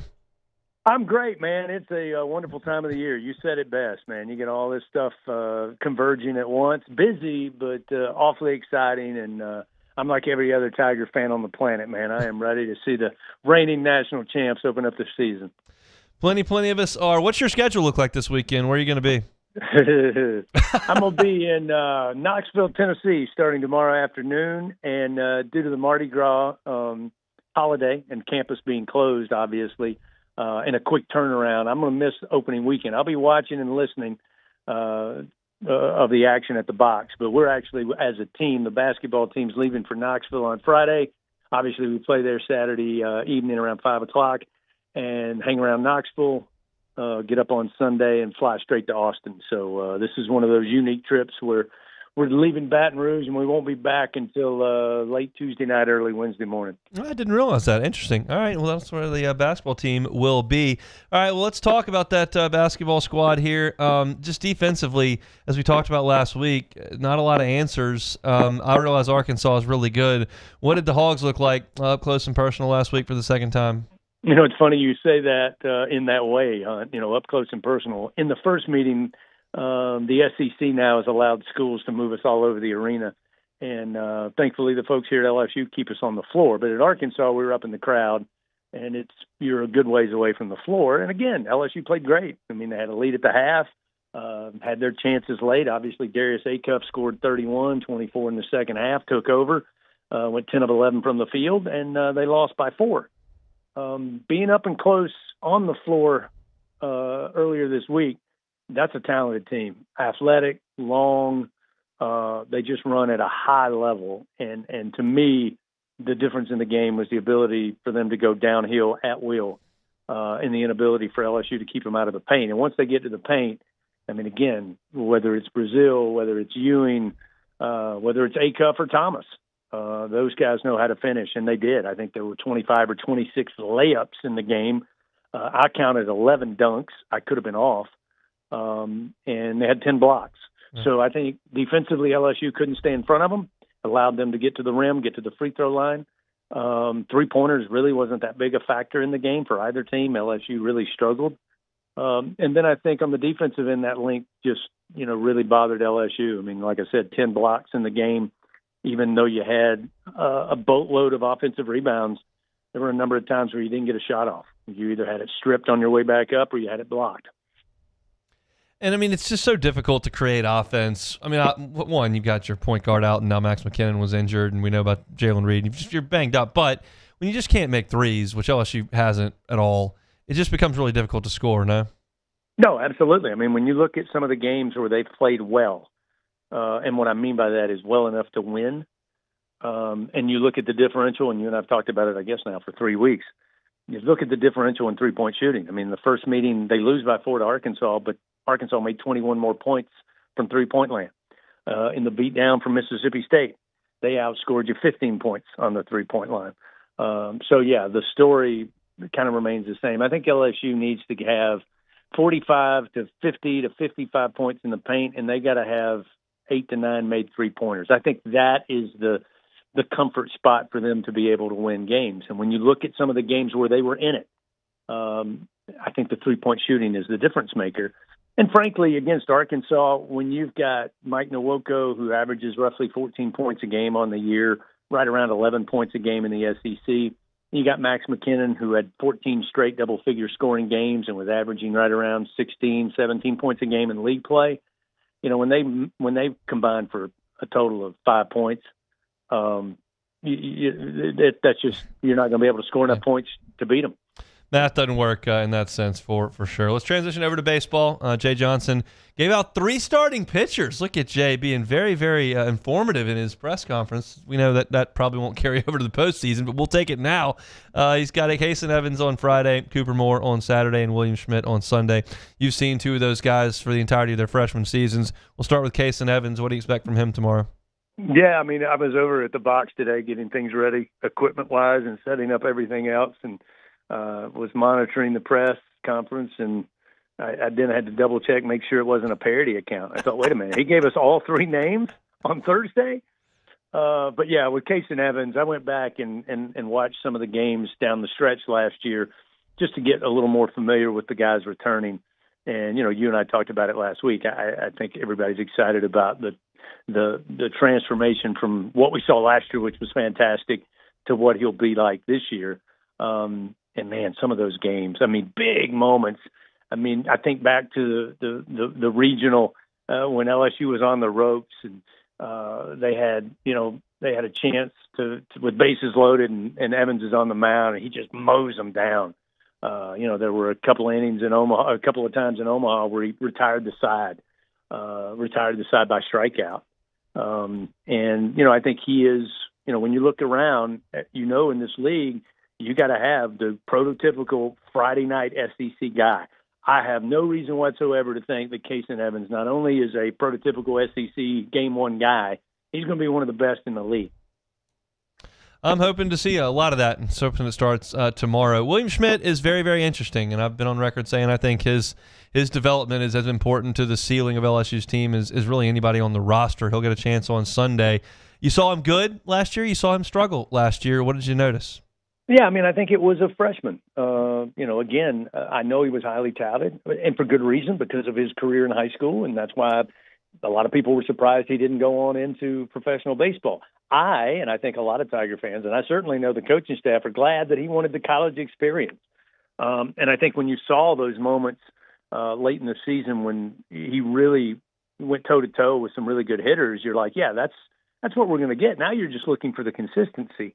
And again, I think sometimes, myself included, we get caught up in the fact that, well, this guy could be pitching, double A at this point, and why is he struggling in college? I think that's just freshmen adjusting to the game. And frankly, when you go from being a dominant pitcher in high school, as good as Louisiana high school baseball is, there's going to be some growing pains when you step into the SEC.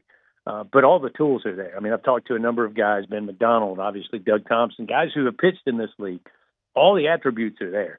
Just got to find consistency. And you've heard me say it 1,000 times. And Jay, we trust this coaching staff. They develop players. So I'm excited to see what Smith looks like here, not only this weekend, but in his sophomore campaign. Yeah, that's kind of what I keep going back to, because Gage Jump was relatively unknown at this point 2 years ago. Anthony Ianson and Cade Anderson were nowhere near what they became. And you look at the tools that Nate Yeske's got to work with, you've got to imagine that with the options that LSU has, they're going to find 7 or 8 guys that are really, really good. I think that's my favorite thing about watching these first 4 weeks. Sometimes the scores get lopsided, but you can still see those arms. And what do you like about what Jay Johnson does in these first pre-conference weeks? Yeah, I mean, I think he was talking about it in a couple of his press conferences, and that's the part that I like is, we'll see a starting lineup for tomorrow's opening game, and we very well may see some movement not only in the order, but movement in the personnel over these first 4 games to start this season. And that's like he talks about all the time, not to sound like a parrot, but it works when he says it's a 56-game playoff. And getting to a super regional Omaha is ultimately the goal, and lifting the national championship is the ultimate goal. So right now, through the end of May and into June, he's just got so much talent. I mean, as I told you a week ago, I mean, it's amazing when you look at a lot of guys will tell you could take 9 to 10 of these guys on the roster, and if everybody stays healthy, compete for an SEC title.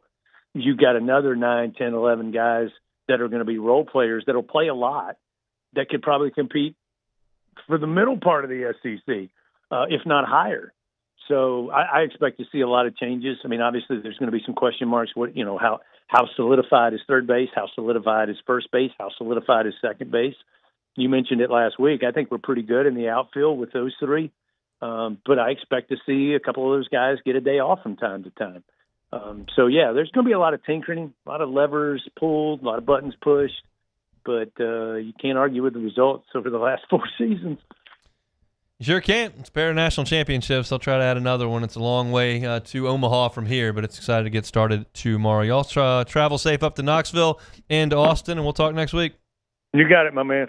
Chris Blair, voice of the Tigers, with us on Thursdays. Appreciate him giving us a little bit of time. Jay Johnson said something today that it caught my interest in the press conference. It has to do with the lineup. It has to do with one of the positions in the on the defensive lineup that I hadn't really considered. Plus, I went ahead on this little sheet of paper right here that I'm holding, and I filled out 1 through 9 versus a right-handed pitcher and versus a left-handed pitcher the first time that we see that. The right-handed one I feel pretty good about. The left-handed one I'm not as confident in, but I'll go into the reasoning and kind of what I expect to see this weekend for LSU in the lineup 1 through 9. We'll do that when we come back. The Hunt Palmer Show. Speaking of lineup, speaking of baseball, Marucci, the official bat of Major League Baseball, founded by 2 former big leaguers. Their athletic trainer right there with them. They started making bats for the best players in the game from their backyard shed in 2004. Now, that quality, that understanding of the needs of the players has turned Marucci into an all-American success story right here in Baton Rouge. Today, Marucci is the official bat of Major League Baseball. Go see the wood shop. It's responsible for making those bats that they put in the hands of the best players in the world. You're going to see that in spring training. You're going to see that in the regular season. You'll see it at the World Baseball Classic. And you can all check it out right here in Baton Rouge. Book a tour. Take your youth baseball team. Take your youth softball team to see where big league bats are born. It's a really, really cool tour that you can go see here in Baton Rouge. And if you want to take some hacks in the cage in the hitter's house, you can do that as well. Every ticket comes with a 20% discount to the campus tour store and in the hitter's house. So take advantage at maruccisports.com/campus-tour. It's maruccisports.com. Jordan Faber here with some exciting news. Faber Automotive has officially arrived. We're proud to introduce your new hometown dealership, Faber Chevrolet GMC. That means more inventory, better deals, and the same great local team. Now backed by the trusted Faber family name. Whether you're shopping or servicing, you'll feel the difference from day one. Allow us the opportunity to earn your business. Fabry Chevrolet GMC. Visit us in St. Francisville or online at FabryChevrolet.com. Make Raising Cane's the first stop for your second line. Get extra saucy with a Cane's doubloon for just $1 that scores you extra cane sauce through April 3rd with any purchase. Let the good times roll this Mardi Gras with Raising Cane's. One love. I'm Lawyer Locke Meredith. If you're battling an insurance company because of a wreck not your fault and they're not calling you back or being fair, whether you hire us at all, give us a call, 272-5555, or email Locke Meredith, Sean Fagan and Associates. You have nothing to lose. Hello, I'm Collins Meredith.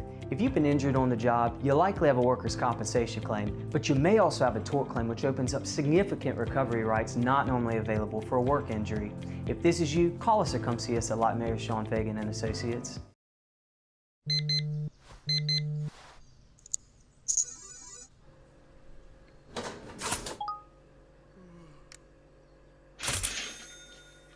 Sometimes you ignore the signs, even when they're right in front of you. Problem gambling isn't always easy to spot. Know the signs, set your limit. Learn more about healthy gambling habits by visiting us online or text or call for free, confidential help now. Transform your living space with Lacoste & Young Remodeling and take your home from outdated to outstanding. Redefine your kitchen for the ultimate culinary experience or elevate your daily routine with a spa-worthy bathroom retreat. Our skilled team brings 3D modeling to life to ensure your vision becomes a reality. We believe luxury should be accessible and offer tailored solutions to fit your budget without compromising quality. So contact us today for a free estimate. Lacoste & Young Remodeling, providing perfect solutions for your dream home. Looking for cleaner energy? Propane is energy for everyone. Propane water heaters are very cost efficient, and the savings are even greater with a tankless propane water heater. We all know that Louisiana propane is a safe and environmentally friendly fuel. So why not go green while you save some green? I'm Miss Louisiana, Gabrielle McLeod, and for more information, visit louisianapropane.com. When it comes to choosing energy for your family and your home, make the smart choice with natural gas. You can count on efficient and affordable natural gas to keep you comfortable and reduce your environmental. This is the Hunt Palmer Show, brought to you by Sagrera Farms.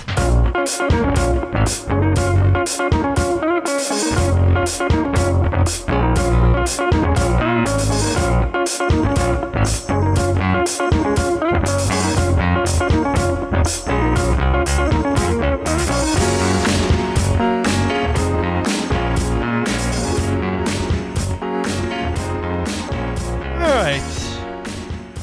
Let me tell you before we get into LSU's projected lineup per Hunt Palmer. Let me tell you about my friends at Boudreaux's Electrical Services. We know what part of the world we live in down here in South Louisiana, right? We know there's always a hurricane season around the corner, right? And we know that hurricanes can leave you without power for a significant amount of time if you get the wrong one. Not if you've got a certified Generac home standby generator from the folks at Boudreaux's Electrical. Just give yourself the peace of mind to know that that power is not going to go out. Because, you know, when you evacuate and then the power comes out and you come back and then you got to throw everything out of the fridge and it's disgusting. And sometimes the power's still not on and the house is 97 degrees. Like, it's just awful. You can prevent that with a Generac home standby generator from the folks at Boudreaux's Electrical. They have been locally owned and operated for over 40 years. Neil and Melissa have been running the show. And now, if you look at the major players in terms of Generac generator companies in Louisiana, 4 of the top 5 are nationally owned. Boudreaux's Electrical is locally owned. Do business with someone from South Louisiana that understands our way of life, that understands the challenges and the weather patterns here in Baton Rouge, and can service your generator appropriately. They can track that generator and know whether or not it's ready to function so that when you need that Generac home standby generator to spring into action, it's ready to go. That's the folks at Boudreaux's Electrical Services. You can find them online at boudreauxelectrical.com. That's boudreauxelectrical.com. All right, I went through this exercise today, and we will grade this tomorrow because when I come on the air tomorrow at 1 o'clock, we'll have the lineup. It's usually published about 90 minutes before first pitch, so the folks over there at the box will have it, and it'll be up on Twitter, and I'll know right when we go on at 1 o'clock how I did. Now, I'm going to start with the right-handed lineup against a right-handed pitcher because I think that's what you're going to see tomorrow. The reigning conference pitcher of the year is Gavin Theus from Milwaukee. He was 9-1 last year. He had 74 strikeouts in 88 innings. He pitched to a 4.38 ERA. They're not mind-blowing numbers, but 9-1 is pretty good, and he's back. I looked him up on YouTube. I could not find one single pitch that he has thrown. I know he pitched against South Carolina last year, and that wasn't on YouTube. I don't know anything about him other than he's right-handed. So that's what I think LSU will face tomorrow. And I didn't have too much trouble coming up with a reasonable right-handed pitcher lineup for LSU. I would lead off Curiel and play him in center. I would hit Milam second. He would hit from the left side in this entrance. Then you've got Jake Brown in the 3-hole, Zach York in the 4-hole. That would begin against this right-hander with 4 straight good left-handed bats that are about as good as you've got on the roster. Curiel, Milam, Brown, York. Good luck. Beyond that, I threw in a righty, Cade Arambidi. I've got in the 5-hole playing catcher. Go back to a lefty here. Tanner Reeves starting at second. I do believe he would be the first left-handed defender at second base. Then I've got Trent Caraway in the 7-hole, right-handed hitter at third. I've got Seth Dardar in the 8-hole, a left-handed hitting designated hitter. And then I bat Chris Stanfield in this instance, 9th. So you've got 4 monster left-handed bats at the top. Curiel, Milam, Brown, York. I love that against a right-hander. And then I chopped it the rest of the way 5 through 9. Right-handed Arambidi, left-handed Reeves. Right-handed Caraway, left-handed Dardar, right-hand Stanfield. That, to me, makes a ton of sense against a right-handed pitcher. And that is my guess for tomorrow's lineup against a righty. And I feel pretty good about it. Now, against a lefty, I begin to have some pause. Because Curiel didn't see left-handers as well, but I'm not moving him to the 6-hole like they did sometimes last year. He's the best hitter in the country. Brown struggled against lefties, so where do you put him? I had him in the 3-hole against a righty. Where do you put him against lefties? Milam is not as good a right-handed hitter as he is left-handed. These are the top guys in my lineup against a right-handed pitcher. Against a left-handed pitcher, they're not as good. Cade York's left-handed.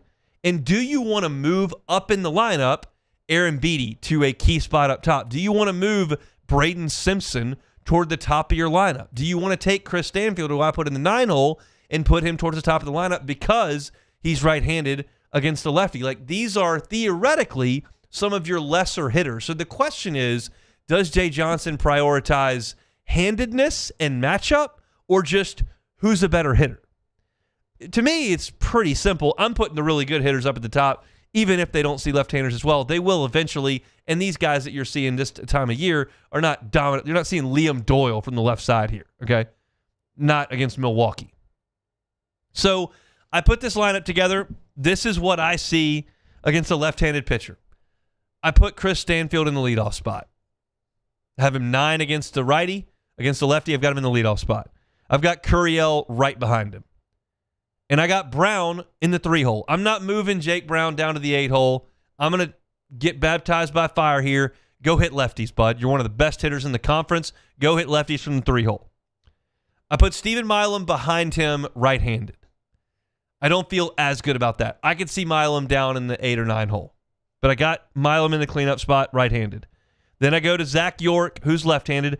I've still left Curiel, Brown, Milam, and York right there in the top 5 of the order, where they were in the top 4 of the order against right-handers. Because I think even though they're left-handed hitters, or in Milam's case, a switch hitter who's not as good from the right side, I still want those guys at the top of the lineup.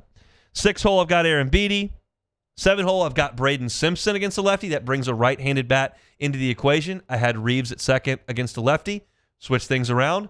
I like Braden Simpson in that spot. I've got Dardar still as the DH. Maybe that's John Pearson. Maybe they want a right-handed bat there and they go with John Pearson. I got Dardar in there as the DH in both cases, in the 8-hole in both cases. And then I put Caraway down in the 9-hole. I just think they're easing Trent Caraway in. this is my rationale for putting a powerful right-handed bat down in the 9 hole against a left-handed pitcher. Trent Carraway is a powerful bat, is a really talented guy. I believe one of the pitches to get Trent Carraway to Baton Rouge was, hey, you can come here and we're going to help you offensively. We're going to make you a better and more consistent hitter. You had a bad year last year until the regional, and we have some things we want to fix, and that's going to take the summer, it's going to take the fall, and it's going to take some at-bats in the season. And while you're trying to fix those things in your swing that we're going to help you with to make you a more complete and consistent hitter, you don't have to hit second or third. We got Curiel. We got Milam. We got Brown. We brought in York. We got Aaron Beatty, who's going to be a star. We can hit you 7th, 8th, 9th, and you can work on some things and maybe see some more fastballs while you're working on it. And that's why I take a powerful right-handed bat and put him at the bottom of the lineup instead of up at the top against a left-handed arm. Now, would it surprise me if Trent Carraway hit 4th or 5th against a lefty this weekend? No, it wouldn't. It wouldn't surprise me at all. He's a really talented dude. But for me, against a lefty, and I struggle with this, and this could be completely wrong, I'd be a little bit surprised if my right-handed pitcher lineup was way off. It could be. I'm not the manager. I'm not the coach. I'm not in there. I'm just going off what I know and what I've seen. I think it's reasonable. Everybody's going to be in a reasonably connected spot to there. I could be way off on this left-handed hitting lineup. I have Stanfield, Curiel, Brown, 1, 2, 3.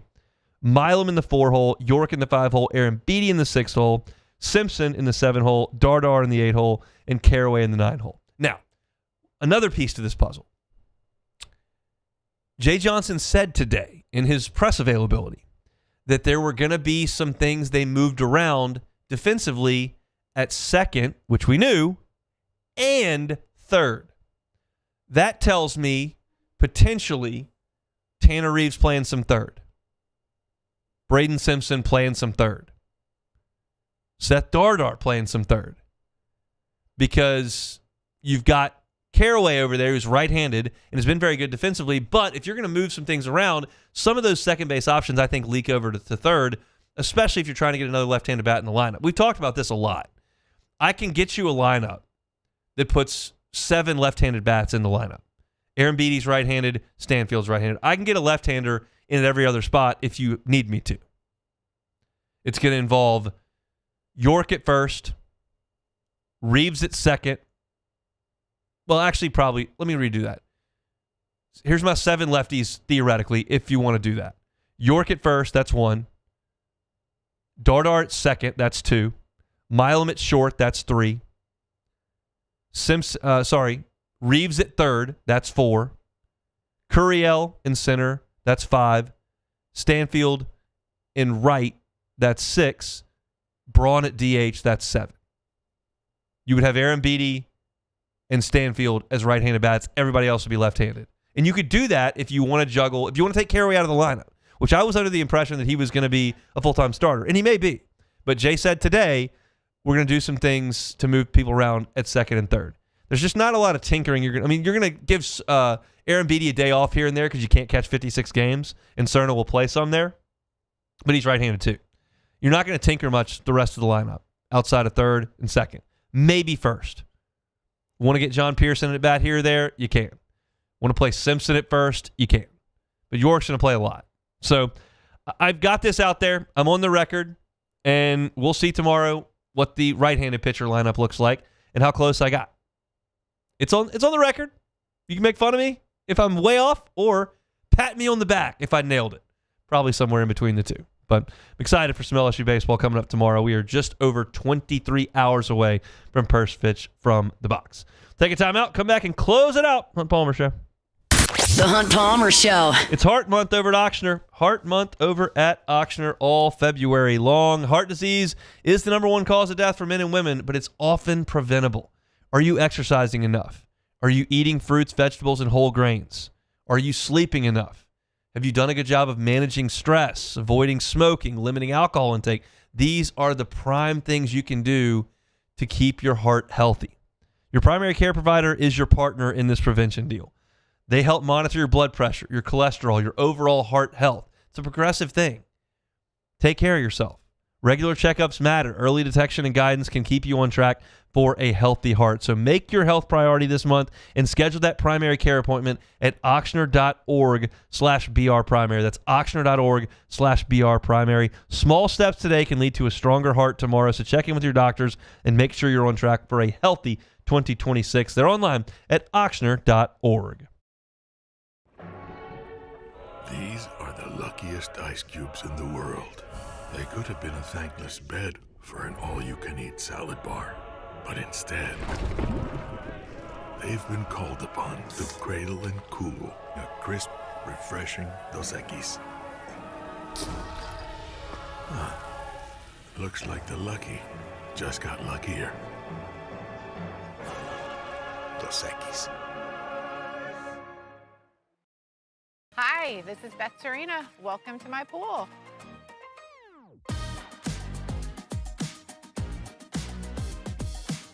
The first time I saw this beautiful pool, it exceeded every expectation that I had. They were able to get everything we wanted in this pool. It is a beautiful pool. We live out here, we eat out here, we watch TV out here. This is like our living room outside. We love this pool and everything about it. When we decided to build our pool, we called a great friend who is one of the best pool builders in the country in North Louisiana, and we said, who would you choose to build a pool in Baton Rouge? And without a hesitation, he told us Russell Pools. He said their history, tradition of great builds, great pools was unmatched. So of course, who did we call? Russell Pools. The advice I would give to anyone looking to build a pool is first call Russell Pools. They'll do an incredible job. It'll be incredibly organized. It'll be time efficient. And you will have your pool in no time.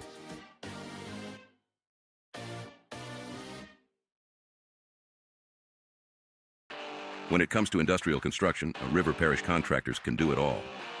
Mechanical, structural, custom fabrication, specialized welding, and turnaround services. Strategically located in between Baton Rouge and New Orleans, we have the local team with the experience and commitment to safety to manage the most complex industrial projects. Period. Here's the deal. Partnering with us means your project is delivered on time, on budget, and most important, safely. River Parish Contractors, let's get building. It's 2026 and you're thinking about your future. College, workforce, tech school? This could help clear it up for you. According to a 2025 Georgetown University study, ITI Technical College ranked as the #1 college in all of Louisiana for return on investment. So the better return on your dollar for your education begins here. Call us or visit us online to start your new career or to get the life that you've always wanted for your family. ITI Technical College. We're in the better life business. Hi, I'm Mitchell Meredith with Locke Meredith, Sean Fagan & Associates. We take great pride in educating our clients about their rights. Whether you're injured at work or while you drive, call our office at 272-5555. Knowledge is power, and you should know your rights after an injury. Hi, I'm Sean Fagan of Locke Meredith, Sean Fagan & Associates. When insurance companies have been unfair, we've never been afraid to go to trial. Fighting hard to protect your rights, we never settle a case out of convenience. You're listening to The Hunt Palmer Show, brought to you by Sagrera Farms.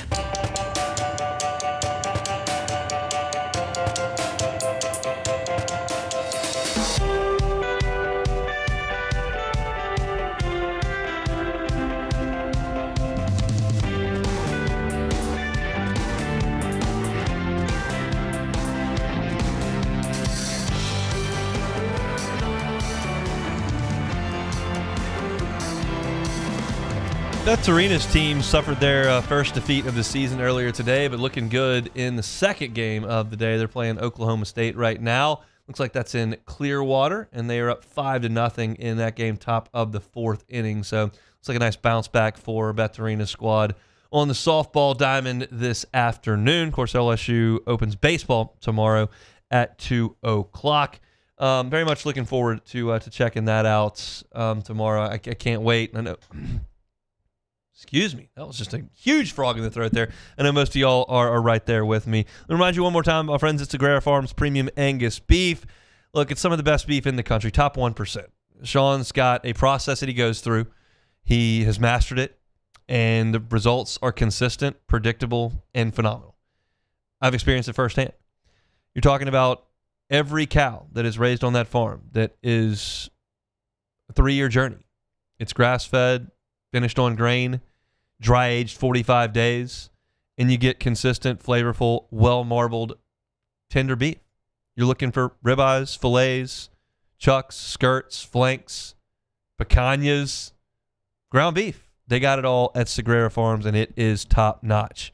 There are some things that people want to be the best. Some things you just don't care that much about. Personally, for me, like, I'm not necessarily a luxury car guy. I don't need to travel the world at the finest resorts. When it comes to a good steak, like, I want the best steak. And Sagrera Farms has it. There's only two places you can get Sagrera Farms beef. Sagrera Farms, the farm, or Supper Club. That's it. And it is that good. It is prime every single time. So if you want that at your house, you want a side, you want a quarter, you want a whole cow, split that amongst your family or friends, Sagrera Farms can do it for you. Sagrera Farms Premium Angus Beef. All right, take it or leave it.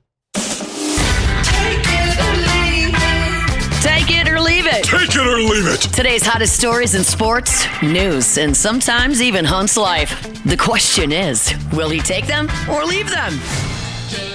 All right, so we're going to start it off with a little NBA basketball. So James Harden, as we know, just traded from the Los Angeles Clippers to the Cleveland Cavaliers. So he spoke to the media after the game yesterday and was like, he basically ripped the whole narrative about loyalty in sports. And I quote, "At the end of the day, it's basketball. The whole quote-unquote loyalty thing is overrated. It's a business at the end of the day. There's a lot of money involved and then a lot of decisions that have to be made. If a player isn't producing or if you don't see him in the future, those people in the front office have a job to do and trade those players. So is loyalty overrated in sports? Take it or leave it." That's a great question. I want to leave it just because I want to. Okay. Leave it alone. It's the great dichotomy between players and fans in professional sports and now in college sports, where as a fan, you want to think, well, that person wants to play for my team. He's going to take the money that has been allocated to him that he agreed to, and then he's just going to play whatever role he needs to on the team. And that's the way, like, I view sports. I'm on this team. I'll do whatever it takes to win on this team. And then there is the other side of it, that this is my job. This is what I get paid to do. The thing that matters is the money, and I'll give an effort for the money, and I don't really care where that is. And that's not a romantic thing for a fan to think about, but it's a reasonable take.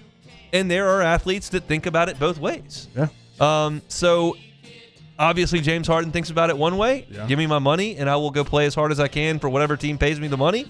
And there are some folks that say, I want to play for this team. I want to win a championship here. Yeah. Give me this. We agree to that. I'll play to that. Whatever you need me to do, I'll do it. And neither one of those is right or wrong. Now, as fans, we think that the way you should do it is just play for our team because you want to play for our team. Yeah. But in business world, does everybody act like that? No. So it's the great dichotomy between players and fans. And Yeah. it's just, you just look at things differently. He's not wrong. It's just not the way that I want to look at it. No, most definitely. And you said it well put. So reports are that Alabama may be backing out of his home with Ohio State.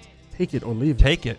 Really? I'm not playing that game. I'll take it. I'm not playing that I know why game. you're saying this. Yeah, I know why you're saying this. Texas just missed the playoff because they played the game. Ohio State, yeah. They just did. Why would you play it?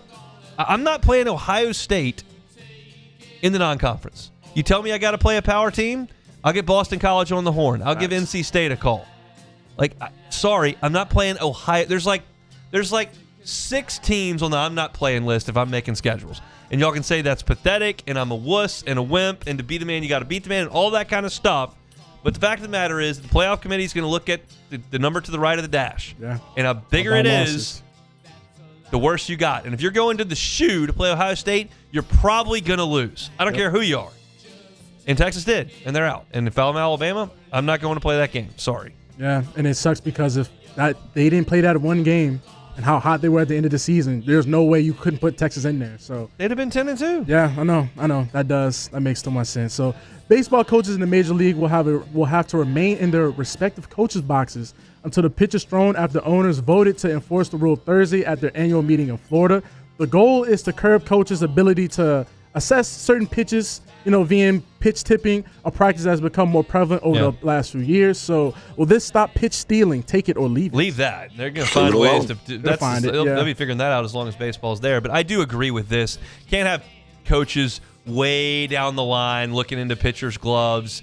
They put the box there and make them stay there. They can get out of the box to hold a runner at third if the third base coach wants to run down the line and all that kind of stuff. But I can't have guys And I realize that there's a safety hazard with it. And the Cardinals, famously in 98 and 99, the Cardinals third base coach. Well, I didn't blame him for this. He had on he wore a helmet, but he stood 30 feet down the line when Mark McGwire was up because he was on steroids and he was hitting missiles 400 miles an hour. And so the coach was like, I'm not standing in this coaching box while that dude is pulling line drives at my head. Yeah. So I got that, and the coach's box is very close to the hitters, but let's put some helmets on them. They want to wear an elbow guard, I'm fine with it. Want to put a rib protector on to go out there like the quarterbacks do, I'm fine with that too. We can't have guys running down the line stealing pitches because their coach is allowed on the field. That's no good, so I'm good with it. So, in your opinion, you just think that now they're just going to find something else? They'll find another way. Yeah. There's no stopping it? No, you're not cheating. You're not trying. All right, you're right. So, that's it for Take It or Leave It. All right, that's it for Take It or Leave It here on this Thursday, brought to you by Sagrera Farms Premium Angus Beef. Again, our plan tomorrow, LSU first pitch, 2 o'clock from the box. Of course, I'm on from 1 to 3, right? So for the first hour, we're talking nothing but LSU baseball tomorrow, getting you ready for the season opener. At that point, a lot of you are going to listen to the game. I get that. So we'll transition, talk to Preston Guy about some football and some other things leading into the weekend. But looking forward to that big time. Missed any of today's show, catch it on demand wherever you find your sound. A lot of LSU baseball discussion today. Thanks to Chris Blair and Joe Healy for jumping aboard. Again, looking very much forward to tomorrow's show and opening day. We made it. It's baseball season. Matt will drive you home next one after further review. Have a great Thursday. We'll see y'all tomorrow. The Hunt Palmer Show.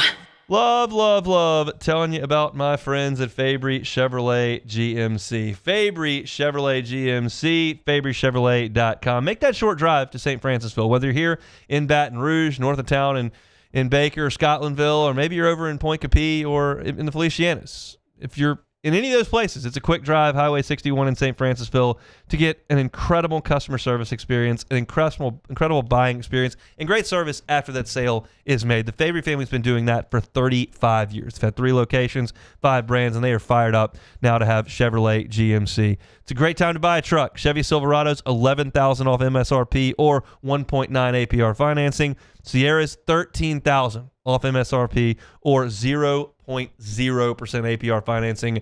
I'm not great at math, but I know you can't do any better than that. If you're looking for a truck, Fabry Chevrolet GMC is your stop. Check them out online. The whole inventory is there at FabryChevrolet.com.